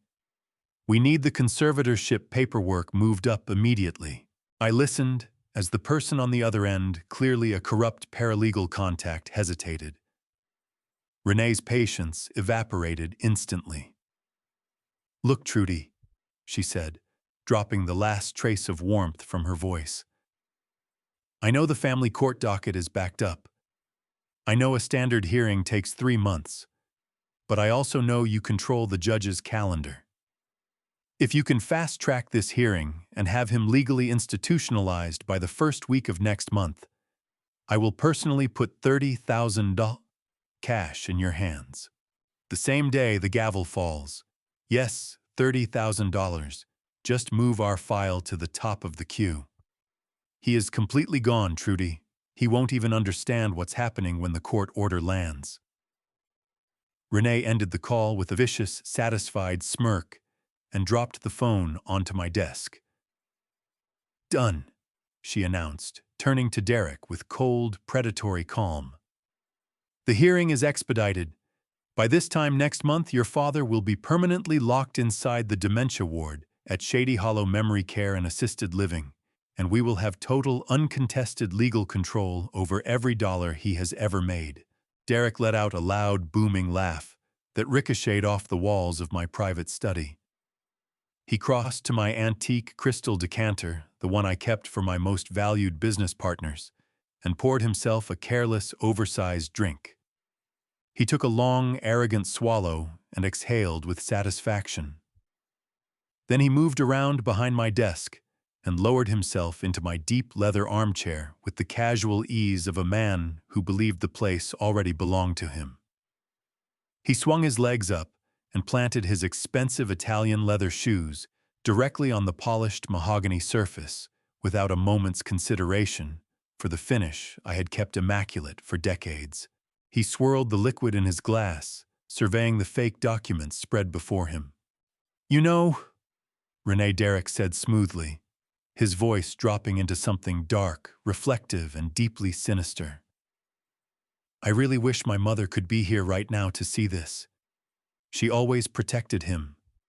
She always said he built this empire for us." He smiled a cold, remarkably empty expression, spreading across his perfectly groomed features. I wonder what she would truly think of her brilliant, supposedly invincible husband, right now watching him lose absolutely everything to his own flesh and blood. The silence inside my hotel room was total, broken only by the steady, arrogant rhythm of my son's breathing coming through the small laptop speakers. I sat completely still, fingers clamped around the edge of the glass table so hard my knuckles drained to white. I watched Derek swirl the expensive amber liquid in my favorite crystal glass, entirely at ease in the deep leather armchair I had occupied for over 3 decades of grueling, relentless work. He stared down at the forged documents spread across the polished walnut surface. A look of profound, unearned satisfaction carved itself into his sharp features.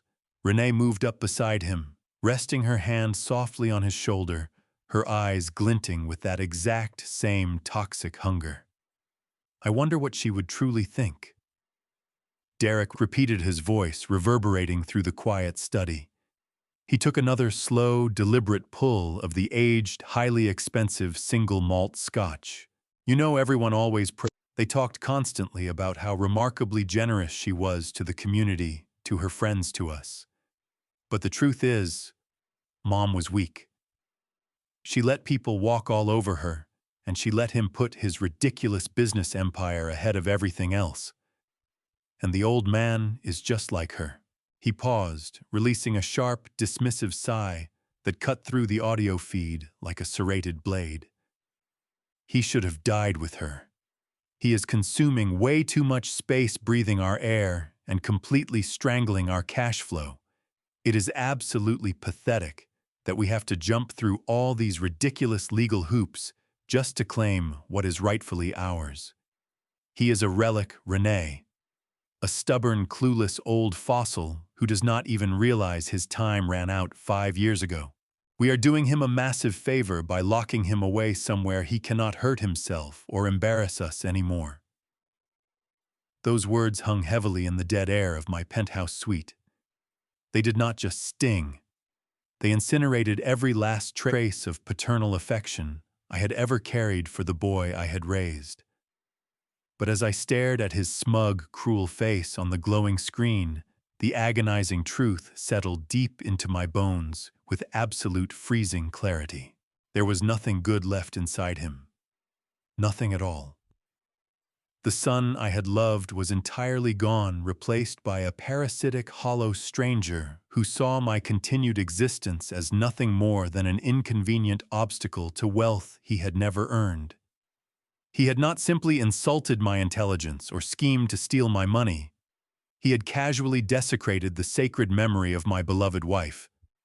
He had offhandedly wished me dead while drinking my liquor and propping his feet on my desk.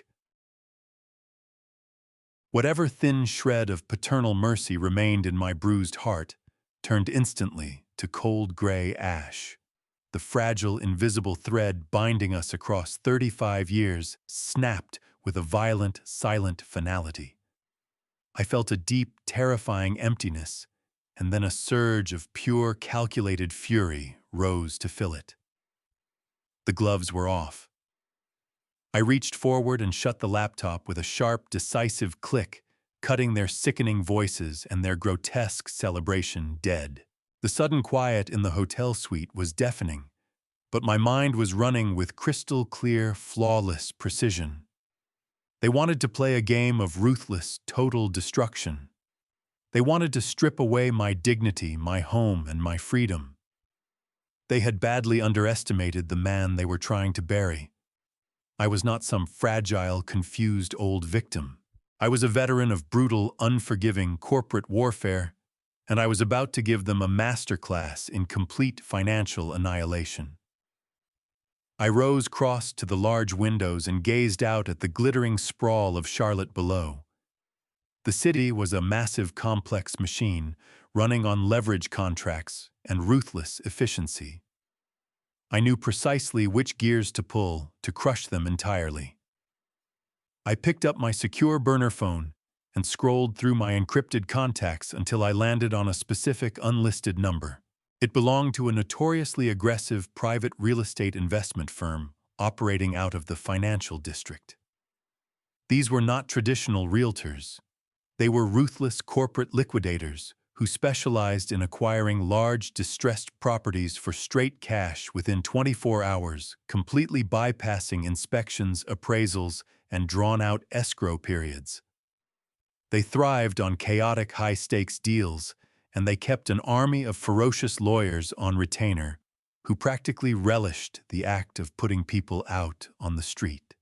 The line rang exactly twice before a deep, gravelly voice answered without so much as a greeting. "Speak." "My name is Gerald Corwin." I said it with a voice as hard and unyielding as solid steel. "I have the highly lucrative immediate proposition for your acquisition team. I currently hold full unencumbered title to a pristine, heavily upgraded residential estate in the northern suburbs. The property carries an independent appraisal of $2.5 million. The title is perfectly clean, held within a blind trust under my sole uncontested executive control. I have the physical deed and every piece of transfer documentation right here in my hands." I paused, letting the weight of the financial offer settle over the encrypted line. "I am prepared to bypass the open market entirely." I continued evenly. "I will take exactly $1.8 million in a direct cash wire today. Your team secures an immediate equity margin of $700,000 the moment the ink dries on the closing documents. I can have my lead attorney, Clifton Aldridge, transmit the certified legal packets to your office within 10 minutes for immediate review." The man on the other end went quiet for a long moment, clearly running the numbers on that undeniable profit margin. "That is an extraordinarily aggressive discount, Mr. Corwin," he finally said, his tone shifting into something sharp and deeply assessing. "We can absolutely facilitate a same-day cash wire on a clean, unencumbered title. However, a discount of that specific magnitude typically signals a serious underlying complication with the asset." "What exactly is the catch?" "There is no structural catch with the property itself," I replied coldly, my gaze fixed on the distant flashing lights of the city skyline. "The house is in flawless, pristine condition. What you have is a distinct logistical complication regarding the current occupants. Still highly entitled individuals are presently living there under the firm but entirely mistaken belief that they hold a legal right to remain indefinitely." I drew a slow breath, letting the final piece of my trap fall precisely into place. "I am handing you this estate at an unprecedented discount," I said, every syllable carrying absolute, unwavering resolve. "But the immediate physical eviction is yours to execute. You will not offer them 30 days. You will not issue a polite warning. You will walk through that door the minute the deed transfers. And you will put them and every possession they own directly onto the front lawn. Do we have a deal?" The man on the other end of the encrypted line gave a soft chuckle, a dry, rasping sound that conveyed complete, ruthless professionalism. "Mr. Corwin, rapid, high-impact acquisitions are our entire specialty. For a $700,000 equity margin, my team will personally carry their designer luggage to the curb and change every deadbolt before they even understand what has happened. We have a deal. Send the legal paperwork over immediately." I ended the call and set the burner phone flat on the glass table. The weekend unfolded in a heavy haze of cold, unyielding anticipation. I stayed entirely isolated inside my luxury penthouse suite, watching the final fleeting moments of their delusional paradise through the hidden surveillance feeds. They threw their enormous, chaotic party drinking imported champagne and toasting their fraudulent brilliance, completely unaware they were celebrating inside a house they no longer owned on paper. By late Sunday night, the expedited title transfer was legally finalized and recorded. The sprawling suburban estate now belonged to the liquidators. It was time to begin severing the remaining financial arteries, keeping their parasitic lifestyle alive. Monday morning arrived with a crisp, biting chill that matched my internal state perfectly. I walked with confidence into the imposing glass and steel tower that housed Clifton Aldridge's private legal practice. His corner office was a sprawling masterpiece of minimalist intimidation, perched high on the 42nd floor, with a commanding panoramic view of the dark Charlotte skyline. Clifton was already behind his massive marble desk hands, steepled flanked by three highly specialized financial paralegals who carried themselves like corporate soldiers awaiting orders. The property transfer has officially cleared the county registry without a single red flag, Clifton announced in his gravelly baritone as I settled into the deep leather armchair directly across from him. The aggressive liquidation firm now holds the master deed. Their tactical eviction team is already staging in the immediate area. But as we discussed, the physical house is merely the geographic battlefield. To truly cripple their operation and leave them entirely exposed to the incoming federal fraud charges, we need to execute the total financial blackout right now. I nodded slowly, opening my secure laptop and linking it directly to Clifton's encrypted master terminal. For 3 incredibly long years, I had maintained several large joint accounts to quietly bankroll their extravagant, reckless lifestyle. I had extended premium authorized user status on my primary corporate accounts, passively covering luxury cars, exotic European vacations, and Renee's relentless, insatiable social climbing. It was a foolish, blinding indulgence, the desperate love of a grieving father. Today, that pathetic indulgence came to a permanent end. Drain the secondary slush funds, I instructed flatly, my eyes fixed on the glowing monitor. Clifton's lead paralegal began typing with rapid clinical precision, her fingers moving across the illuminated keyboard in a blur. Within seconds, I watched the digital balances of 3 separate high-yield checking accounts plunge violently from 6 figures straight down to 0. The funds were instantly rerouted and locked inside my heavily fortified, legally impenetrable offshore trust. They now had absolutely no liquid cash to draw from. Next, I said, leaning forward, voice dropping to a deadly whisper. Cancel the automatic payments on Derek's heavily financed luxury vehicles, the Mercedes SUV and this vintage Porsche. Clifton tapped a sequence of keys, revoking the automated corporate clearing authorizations in an instant. Done, he confirmed, eyes still fixed on the screen. Without those scheduled auto drafts propping up their accounts, the leasing companies will flag them as severely delinquent within 48 hours. Given their complete and embarrassing lack of independent credit, history repossession orders will be issued before the end of the week. Now for the main arteries, I said, a dark, heavy sense of finality settling over me. Kill the credit. I logged into the master administrative portal for my exclusive American Express corporate account and navigated directly to the Authorized Users tab. Renee's name sat arrogantly at the very top of the list, attached to 2 solid titanium black cards, carrying completely unlimited spending thresholds. I had watched her use those cards repeatedly to purchase fake friends, manufacture influence, and desperately prop up the hollow illusion of vast personal wealth. She had treated my hard-earned corporate treasury like her own private bottomless allowance. I selected her user profile, moved the cursor over the red termination prompt, and clicked with a sharp, decisive snap. The screen refreshed instantly, displaying a stark red banner confirming the cards were officially canceled, permanently deactivated, confiscation, if presented at any merchant anywhere in the world. I repeated the same ruthless process for Derek's corporate expense accounts without hesitation. The financial guillotine had dropped. The blackout was fully operational. They were now marooned on a barren, inescapable financial island, stripped of every monetary resource they had falsely claimed as their own. Clifton poured 2 cups of black coffee from a sleek silver carafe, sliding one across the cold marble desk toward me. We sat in complete silence, watching the master banking dashboard on the large wall monitor.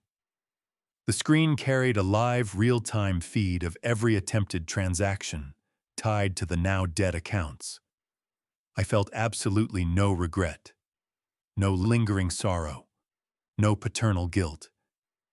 My only son had looked at my living legacy and seen nothing but a wounded carcass to be picked clean. He had mocked my intelligence, openly desecrated his mother's memory without shame, and hired a criminal to breach my most secure personal sanctuary. They had planned to claim my empire early by having me locked away in a psychiatric ward. Instead, they were about to inherit the suffocating reality of their own profound uselessness. The digital clock on the far wall shifted silently to exactly 11:30 in the morning. I knew Renee's weekly routine cold. Monday mornings were strictly reserved for her pretentious high society brunches, followed immediately by aggressively competitive shopping excursions with her wealthy, deeply judgmental circle of elite friends. She used these outings to project dominance, dropping thousands on trivial designer items simply to hold her fragile position at the top of their petty, vicious social hierarchy. The tense stillness inside the office was suddenly shattered by a sharp electronic ping. A flashing red notification box appeared on the master banking dashboard. Clifton leaned forward quickly, cold eyes narrowing as he absorbed the incoming data stream. It appears the blackout has just made its very first direct impact, Clifton murmured, rotating the monitor slightly so I could read the details clearly. I studied the stark red text scrolling across the dark screen. It was an automated high-priority fraud alert generated by the American Express Security Division. The live geolocation data showed that Renee was currently standing inside the exclusive, incredibly expensive Cartier boutique on South Tryon Street. The system indicated she had confidently handed over her deactivated titanium black card to cover a transaction totaling exactly $15,420. Below that figure, flashing in bold, merciless red letters, was a single devastating word: declined. She was standing at the main register, completely stripped of her stolen financial power, publicly humiliated in front of her most ruthless, unforgiving friends. The heavy oak door to Clifton Aldridge's private corner office swung open with a smooth, silent glide, breaking the quiet that had hung over us since the brilliant flash of Renee's humiliating decline. A man strode into the room with complete confidence, flanked by two imposing figures in sharp, utilitarian black suits. He carried nothing of the polished real estate broker about him. He looked exactly like the apex predator I had requested over the encrypted phone line just days before. His name was Declan Farrow, Chief Executive Officer of Pinnacle Liquidation Holdings. Tall and heavily built, with a completely shaved head, a thick and meticulously trimmed beard, and eyes that held the cold, calculating weight of poured concrete. He carried a battered leather briefcase that looked as though it had endured countless hostile takeovers and forced evictions. Declan offered no warm smile and asked nothing about my weekend. He gave a single curt nod, walked straight to the marble desk, and set the briefcase down with a resounding thud. He snapped the brass latches and drew out a thick, impeccably organized stack of legally binding closing documents. "We have completed our preliminary diligence, Mr. Corwin." Declan stated it in a deep, gravelly rumble that filled the quiet room with absolute authority. "The blind trust structure is rock solid, and the title is entirely pristine. My acquisition team has confirmed no hidden municipal liens, no undisclosed structural liabilities, and zero environmental restrictions on the property. We are ready to execute this transaction immediately. We have $1.8 million sitting in a verified escrow account, fully primed for an instantaneous wire transfer the moment you put your signature on the master transfer deed." Clifton Aldridge leaned forward smoothly and intercepted the heavy document stack. He spent the next 20 minutes reviewing every page, every densely worded paragraph, and every obscure legal clause with the meticulous precision of a seasoned combat surgeon. He examined the indemnification language and verified the exact routing numbers for the cash wire. Finally, Clifton straightened, squared the papers neatly at the center of his desk, and extended his expensive silver fountain pen toward me. "The paperwork is flawless, Gerald." Clifton confirmed quietly, his sharp eyes holding mine with complete, unwavering certainty. "The contract grants Pinnacle Liquidation Holdings total, unencumbered, immediate physical ownership of the entire suburban estate. It absolves you entirely of any liability regarding the current occupants. Are you prepared to formally sever this asset from your portfolio?" I took the silver pen from his hand. I looked down at the crisp white paper on the cold marble desk. This was the house where I had raised my only son. The sprawling, beautiful home where I had spent countless quiet evenings over the years, surveying the manicured lawns I had bought with decades of blood sacrifice and relentless work. A sentimental father might have felt a sharp stab of regret or a wave of nostalgic hesitation pulling him back from the edge. I felt none of it. The house had been thoroughly poisoned, corrupted to its core by the greed and malice of the two parasitic individuals currently occupying its rooms. They had used its walls to scheme change my permanent psychiatric imprisonment. Signing it away was not a loss. It was a necessary cleansing. I pressed the smooth nib of the silver pen to the signature line and signed my name in bold, sweeping strokes, full and aggressive. Not the tight, cramped, fraudulent duress signature I had produced for their pathetic bank documents. My true signature. My legally undeniable one. I worked through the thick packet, methodically initialing every designated corner and signing each required addendum. With every stroke of that pen, I was systematically dismantling the physical foundation of Derek and Renee's arrogant, stolen kingdom. I slid the completed documents back across the desk. "It's done," I said, my voice level, entirely free of sentiment. "The estate is yours now, Declan. Do what you do best."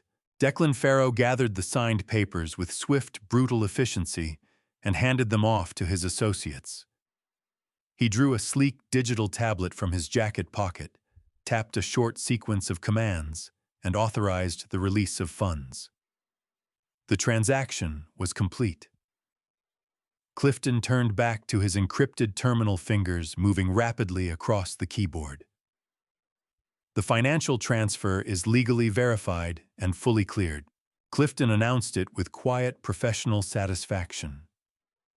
"The $1.8 million has officially landed inside your fortified offshore trust account. But that is only the first half of our counteroffensive today."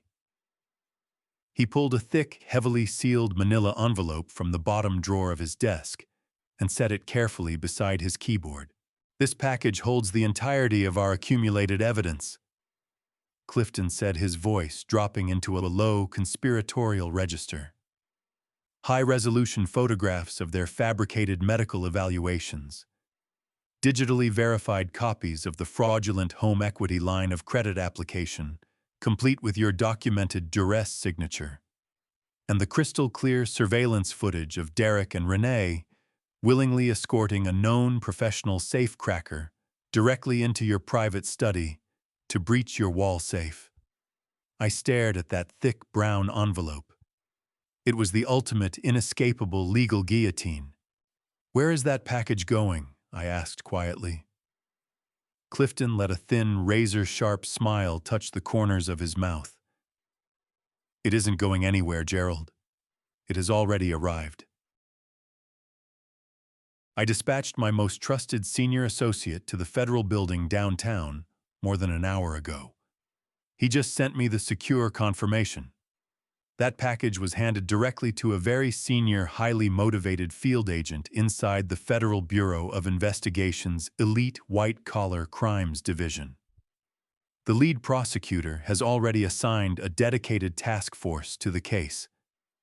Given the sheer, overwhelming weight of the physical evidence, they are drafting the federal arrest warrants for your son and daughter-in-law as we sit here. I drew back the crisp white cuff of my tailored shirt and glanced at my heavy gold wristwatch. The hands read exactly 1:15 in the afternoon. I took a slow, deep breath and let the full reality of the moment settle into my bones. The intricate, precisely orchestrated trap was now sealed permanently shut. Just hours ago, Derek and Renee believed they were untouchable. They believed they had successfully stolen a $1.2 million commercial loan from a federal banking institution. They believed they had flawlessly arranged my permanent involuntary medical confinement. They believed they were the undisputed masters of a sprawling multi-million-dollar suburban estate. They had toasted their victory with expensive champagne and took cruel, sickening pleasure in mocking my beloved late wife. Now the truth was closing in on them from every conceivable direction. They had no money. I had drained their slush funds, severed their luxury auto leases, and publicly humiliated Renee by killing her unlimited corporate cards in the middle of a high-end boutique. They had no legal defense. The Federal Bureau of Investigation was actively reviewing high-definition video of their criminal conspiracy. And now they had no home, completely and utterly exposed to the cold, unforgiving reality closing in around them. Nowhere left to run, no resources left to exploit, and no one left to manipulate. Declan Farrow stepped forward, breaking the heavy silence that had settled over the corner office. He snapped the brass latches shut on his battered leather briefcase, his broad shoulders shifting under his dark suit jacket. He looked at me directly, those cold, concrete eyes suddenly brightening with a grim, predatory smile, one that conveyed absolute corporate violence. The federal wire transfer is entirely complete, Mr. Corwin. Declan said, his deep voice carrying a rough, anticipatory edge. My tactical eviction crew has been staged in a commercial lot less than 2 miles from the property. I just transmitted the final verified legal authorization. They are heading to the estate right now, alongside 3 heavily armed deputies from the county sheriff's department. We will breach the front doors, clear every individual from the premises, and drag all of their expensive designer belongings straight out onto the public sidewalk. They have exactly 15 minutes left in that house. I kept my eyes on the glowing monitor fixed to the live surveillance feed from the hidden cameras positioned throughout my former home. It was now Tuesday afternoon. The massive, chaotic celebration Derek and Renee had planned was in full sickening swing. The sprawling living room, once a sanctuary of quiet elegance, had been transformed into a loud, obnoxious spectacle. Expensive catering platters heaped with imported caviar and rare truffles were scattered carelessly across my antique walnut side tables. A small, sharply dressed jazz trio played in the corner, completely swallowed by the booming, arrogant laughter of more than 50 elite guests. These were the high society parasites Renee had spent years desperately trying to impress, all gathered beneath my roof to unknowingly legacy. Through the audio feed, I caught the sharp, distinct pop of another bottle of premium vintage champagne being opened. Renee stood near the grand marble fireplace in an extravagant designer cocktail dress she had undoubtedly charged to one of her recently canceled cards. She was holding court with a circle of wealthy, deeply superficial women gesturing freely with her crystal flute. She looked radiant, completely intoxicated by the fraudulent power she believed she now held. I turned the volume up slightly and leaned closer to the laptop speakers. Renee was loudly telling her audience about their brilliant new financial move, framing the massive stolen commercial loan as a stroke of pure investment genius executed by her brilliant husband. Derek was working the opposite side of the room, clapping country club friends on the back and soaking up their lavish congratulations. He looked like a man surveying a newly conquered kingdom, entirely blind to the fact that his throne was built on forged documents and federal wire fraud. They were riding the absolute peak of their delusional triumph, utterly convinced they had outsmarted me and secured their golden future. Then that loud, pulsing energy was shattered. Not by a polite ring of the doorbell, by a massive, violently aggressive pounding against the heavy, solid oak double doors at the front entrance. The sound was thunderous, cracking through the music and the chatter like a series of gunshots. The unmistakable, terrifying sound of absolute authority demanding immediate entry. The jazz trio stopped cold, instruments lowered in panicked confusion. The laughter in the room died in an instant, replaced by a thick, suffocating silence. 50 pairs of eyes swung toward the grand foyer simultaneously. Renee froze champagne flute suspended halfway to her lips, her smug smile sliding from her face like a dropped mask. Derek's expression darkened with irritation at the aggressive intrusion on his victory party. He set his drink down on a side table with a sharp click, squared his shoulders, and marched toward the front entrance, fully prepared to tear into whoever had dared to disrupt his afternoon. I watched through the hallway camera with cold, absolute fascination as Derek grabbed the heavy brass handle and pulled the front door open. He immediately lurched back a full step. Filling the doorway was a towering, heavily armed deputy from the county sheriff's department, one hand resting casually but firmly on his utility belt.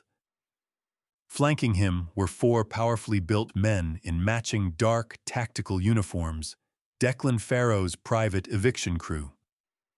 Beyond them, idling in the center of my manicured circular driveway, sat 2 large, unmarked moving trucks. The sheriff offered no greeting and waited for nothing. He stepped across the threshold, polished boots landing squarely on the expensive imported rug, invading the space without hesitation. He reached into his uniform pocket, produced a thick, legally binding document, stamped with a heavy red seal, and thrust it directly into Derek's chest, forcing my son to take it with trembling hands. Derek stared at the uniform. His arrogant posture collapsed into total bewildered shock.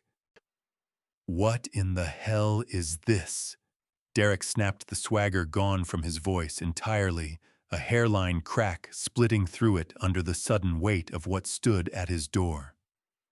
"This is our home. We are in the middle of a private gathering. You have no business forcing your way inside." The sheriff planted his feet and folded his arms, his face giving away nothing. "You are holding a court-issued emergency eviction order." The officer said, his voice rolling deep and steady through the hidden microphone filling the quiet of my hotel suite.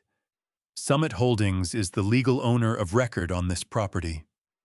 Every person standing inside these walls is committing criminal trespass as of this moment. My men will physically clear this structure in exactly 2 hours if you have not vacated." The blood evacuated Derek's face so fast it was almost clinical. He went the color of old chalk. His hands shook as he stared at the document, eyes skidding back and forth across the text, like he was searching for a loophole that wasn't there. "That is completely wrong. This is insane." Derek shrieked, his composure disintegrating as the full weight of the catastrophe began to land on him. "Someone has made a catastrophic error. This house belongs to us. Dad put this property in our names. We drew a multi-million-dollar credit line using this estate as the underlying collateral. You are trying to evict the people who own this." The sheriff absorbed none of it. His posture never shifted, his expression never softened. He extended one thick finger and pressed it firmly against the second page of the packet, directly over the notarized deed of record. "Read that ownership filing carefully, sir," the sheriff said, his voice carrying the finality of a closing vault door. Gerald Corwin transferred full title of this estate to Summit Holdings via a straight cash transaction yesterday afternoon. That transfer is recorded sealed and filed with the county. It is done. There is no lease in your name. There is no ownership interest. You have no legal foothold on this property whatsoever. A wave of horrified gasps rolled through the grand living room as the guests pieced together what they were hearing. Renee released a short, piercing scream, and her crystal flute slipped from her fingers. It hit the marble and exploded into glittering shards. The magnificent fiction of their wealth, the one they had spent years constructing, came apart in full view of every person they had worked so desperately to impress. Their social circle evaporated almost instantly, guests scooping up coats and pressing toward the back of the house, moving fast, the way people move when they sense a structure collapsing. Derek stood rooted in the foyer, his breathing fast and shallow, his gaze swinging in wild arcs around the room. The space was emptying out around him, and there was nowhere to go. He dug into his jacket pocket with a trembling hand, pulled out his phone, and punched in my number. Out on the balcony of my remote cabin, the burner phone on the cedar railing buzzed hard against the wood, its harsh vibration cutting through the mountain stillness. I let it sit there for a moment. I breathed in the frozen air, slowly feeling it settle cold and clean in my lungs. I was perched on a wide cedar deck deep inside the wilderness of Wyoming, the kind of silence around me that Charlotte never offered, just pine forest, a glassy river, threading through the valley far below, and the indifferent patience of the mountains. I reached over, glanced at the screen, and answered without saying a word. "To Dad, somebody has to tell me what is going on."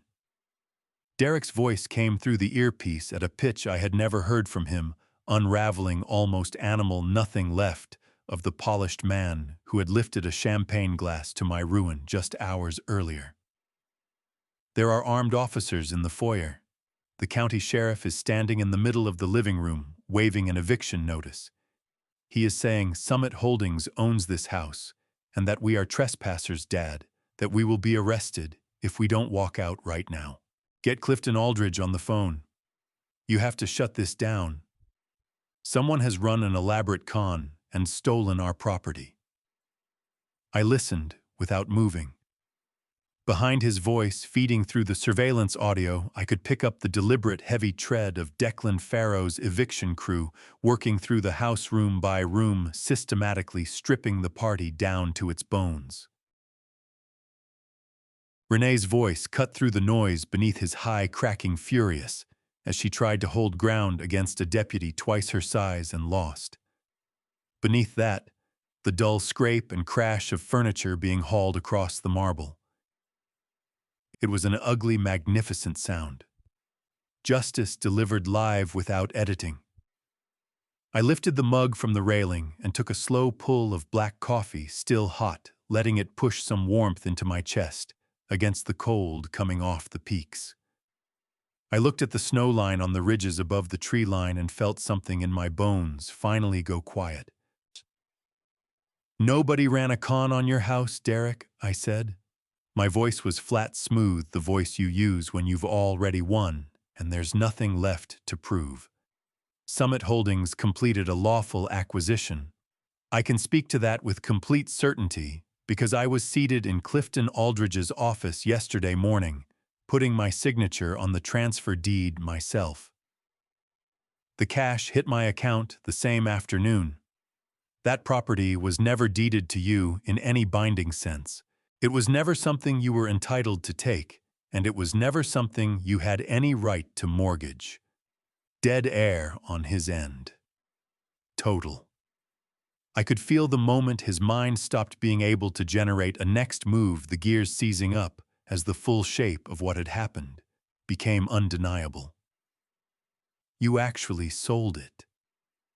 Derek's voice had dropped to something barely above a breath, the words catching as they came out. "You can't have done that. The equity was transferred to us. We have a paper trail. We pulled a $1.2 million credit line through the bank using this address. The institution signed off on our ownership. The loan is approved and funded. If the title is gone, the bank pulls that entire debt back on us. We are finished. I shifted my weight against the cedar railing eyes, drifting to a single hawk working the thermals above the pines. That institution signed off on falsified paperwork that you and your crooked paralegal connection put together. I said no heat in it. No grief, just the record being corrected. You put my signature on documents I never touched, Derek. You built an illegal financial scheme on the assumption that I was too far gone, too confused, too old, too close to a facility to notice before the numbers came due. I let that breathe for a moment before I continued, my tone narrowing to something harder. The assumption was wrong. I had the fraudulent medical filings from the beginning. I knew every step of the conservatorship play. And the moment your hired man started drilling into that decoy safe in my study, I had it on camera. You were watching us the whole time. Derek said not a question, just the hollow sound of a man reading the final paragraph of his own story. Frame by frame, I said. And I made sure the people at the FBI watched it alongside me. That $1.2 million loan you closed with my forged name is not a paperwork irregularity, Derek. Their white-collar unit calls it federal wire fraud. They add aggravated identity theft. They pile on criminal conspiracy targeting a senior citizen. I gave their division the raw footage, the full transcript of your recorded conversations, and the routing data for every account you used to move that money. Dad, please stop. Derek's voice broke apart completely, the last of the bravado gone, nothing underneath it but a frightened person begging. You can't do this to your own family. I'm your son, your only son. Tell me what it takes. We will wire every dollar back. The conservatorship gets dropped today, right now. Just call them the lawyers, the agents, whoever you need to call. Pull us back from this, please. And underneath his voice, threading through the background of the call, his name at a frequency that had lost all composure as the eviction crew hauled armload after armload of her designer wardrobe through the front entrance and stacked it on the driveway. The entire architecture of their pampered, fraudulent existence was being taken apart in the open air, item by item, in full view of every neighbor who had ever been invited to admire it. But something else was bleeding through the audio feed, faint at first, then swelling fast and urgent. The sharp, piercing, unmistakable wail of heavy sirens slicing through the quiet suburban streets.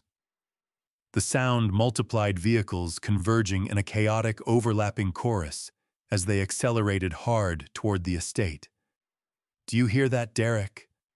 I asked quietly, my gaze fixed on the vast, untouchable wilderness stretching out beyond my balcony railing. Dad, please, I am begging you.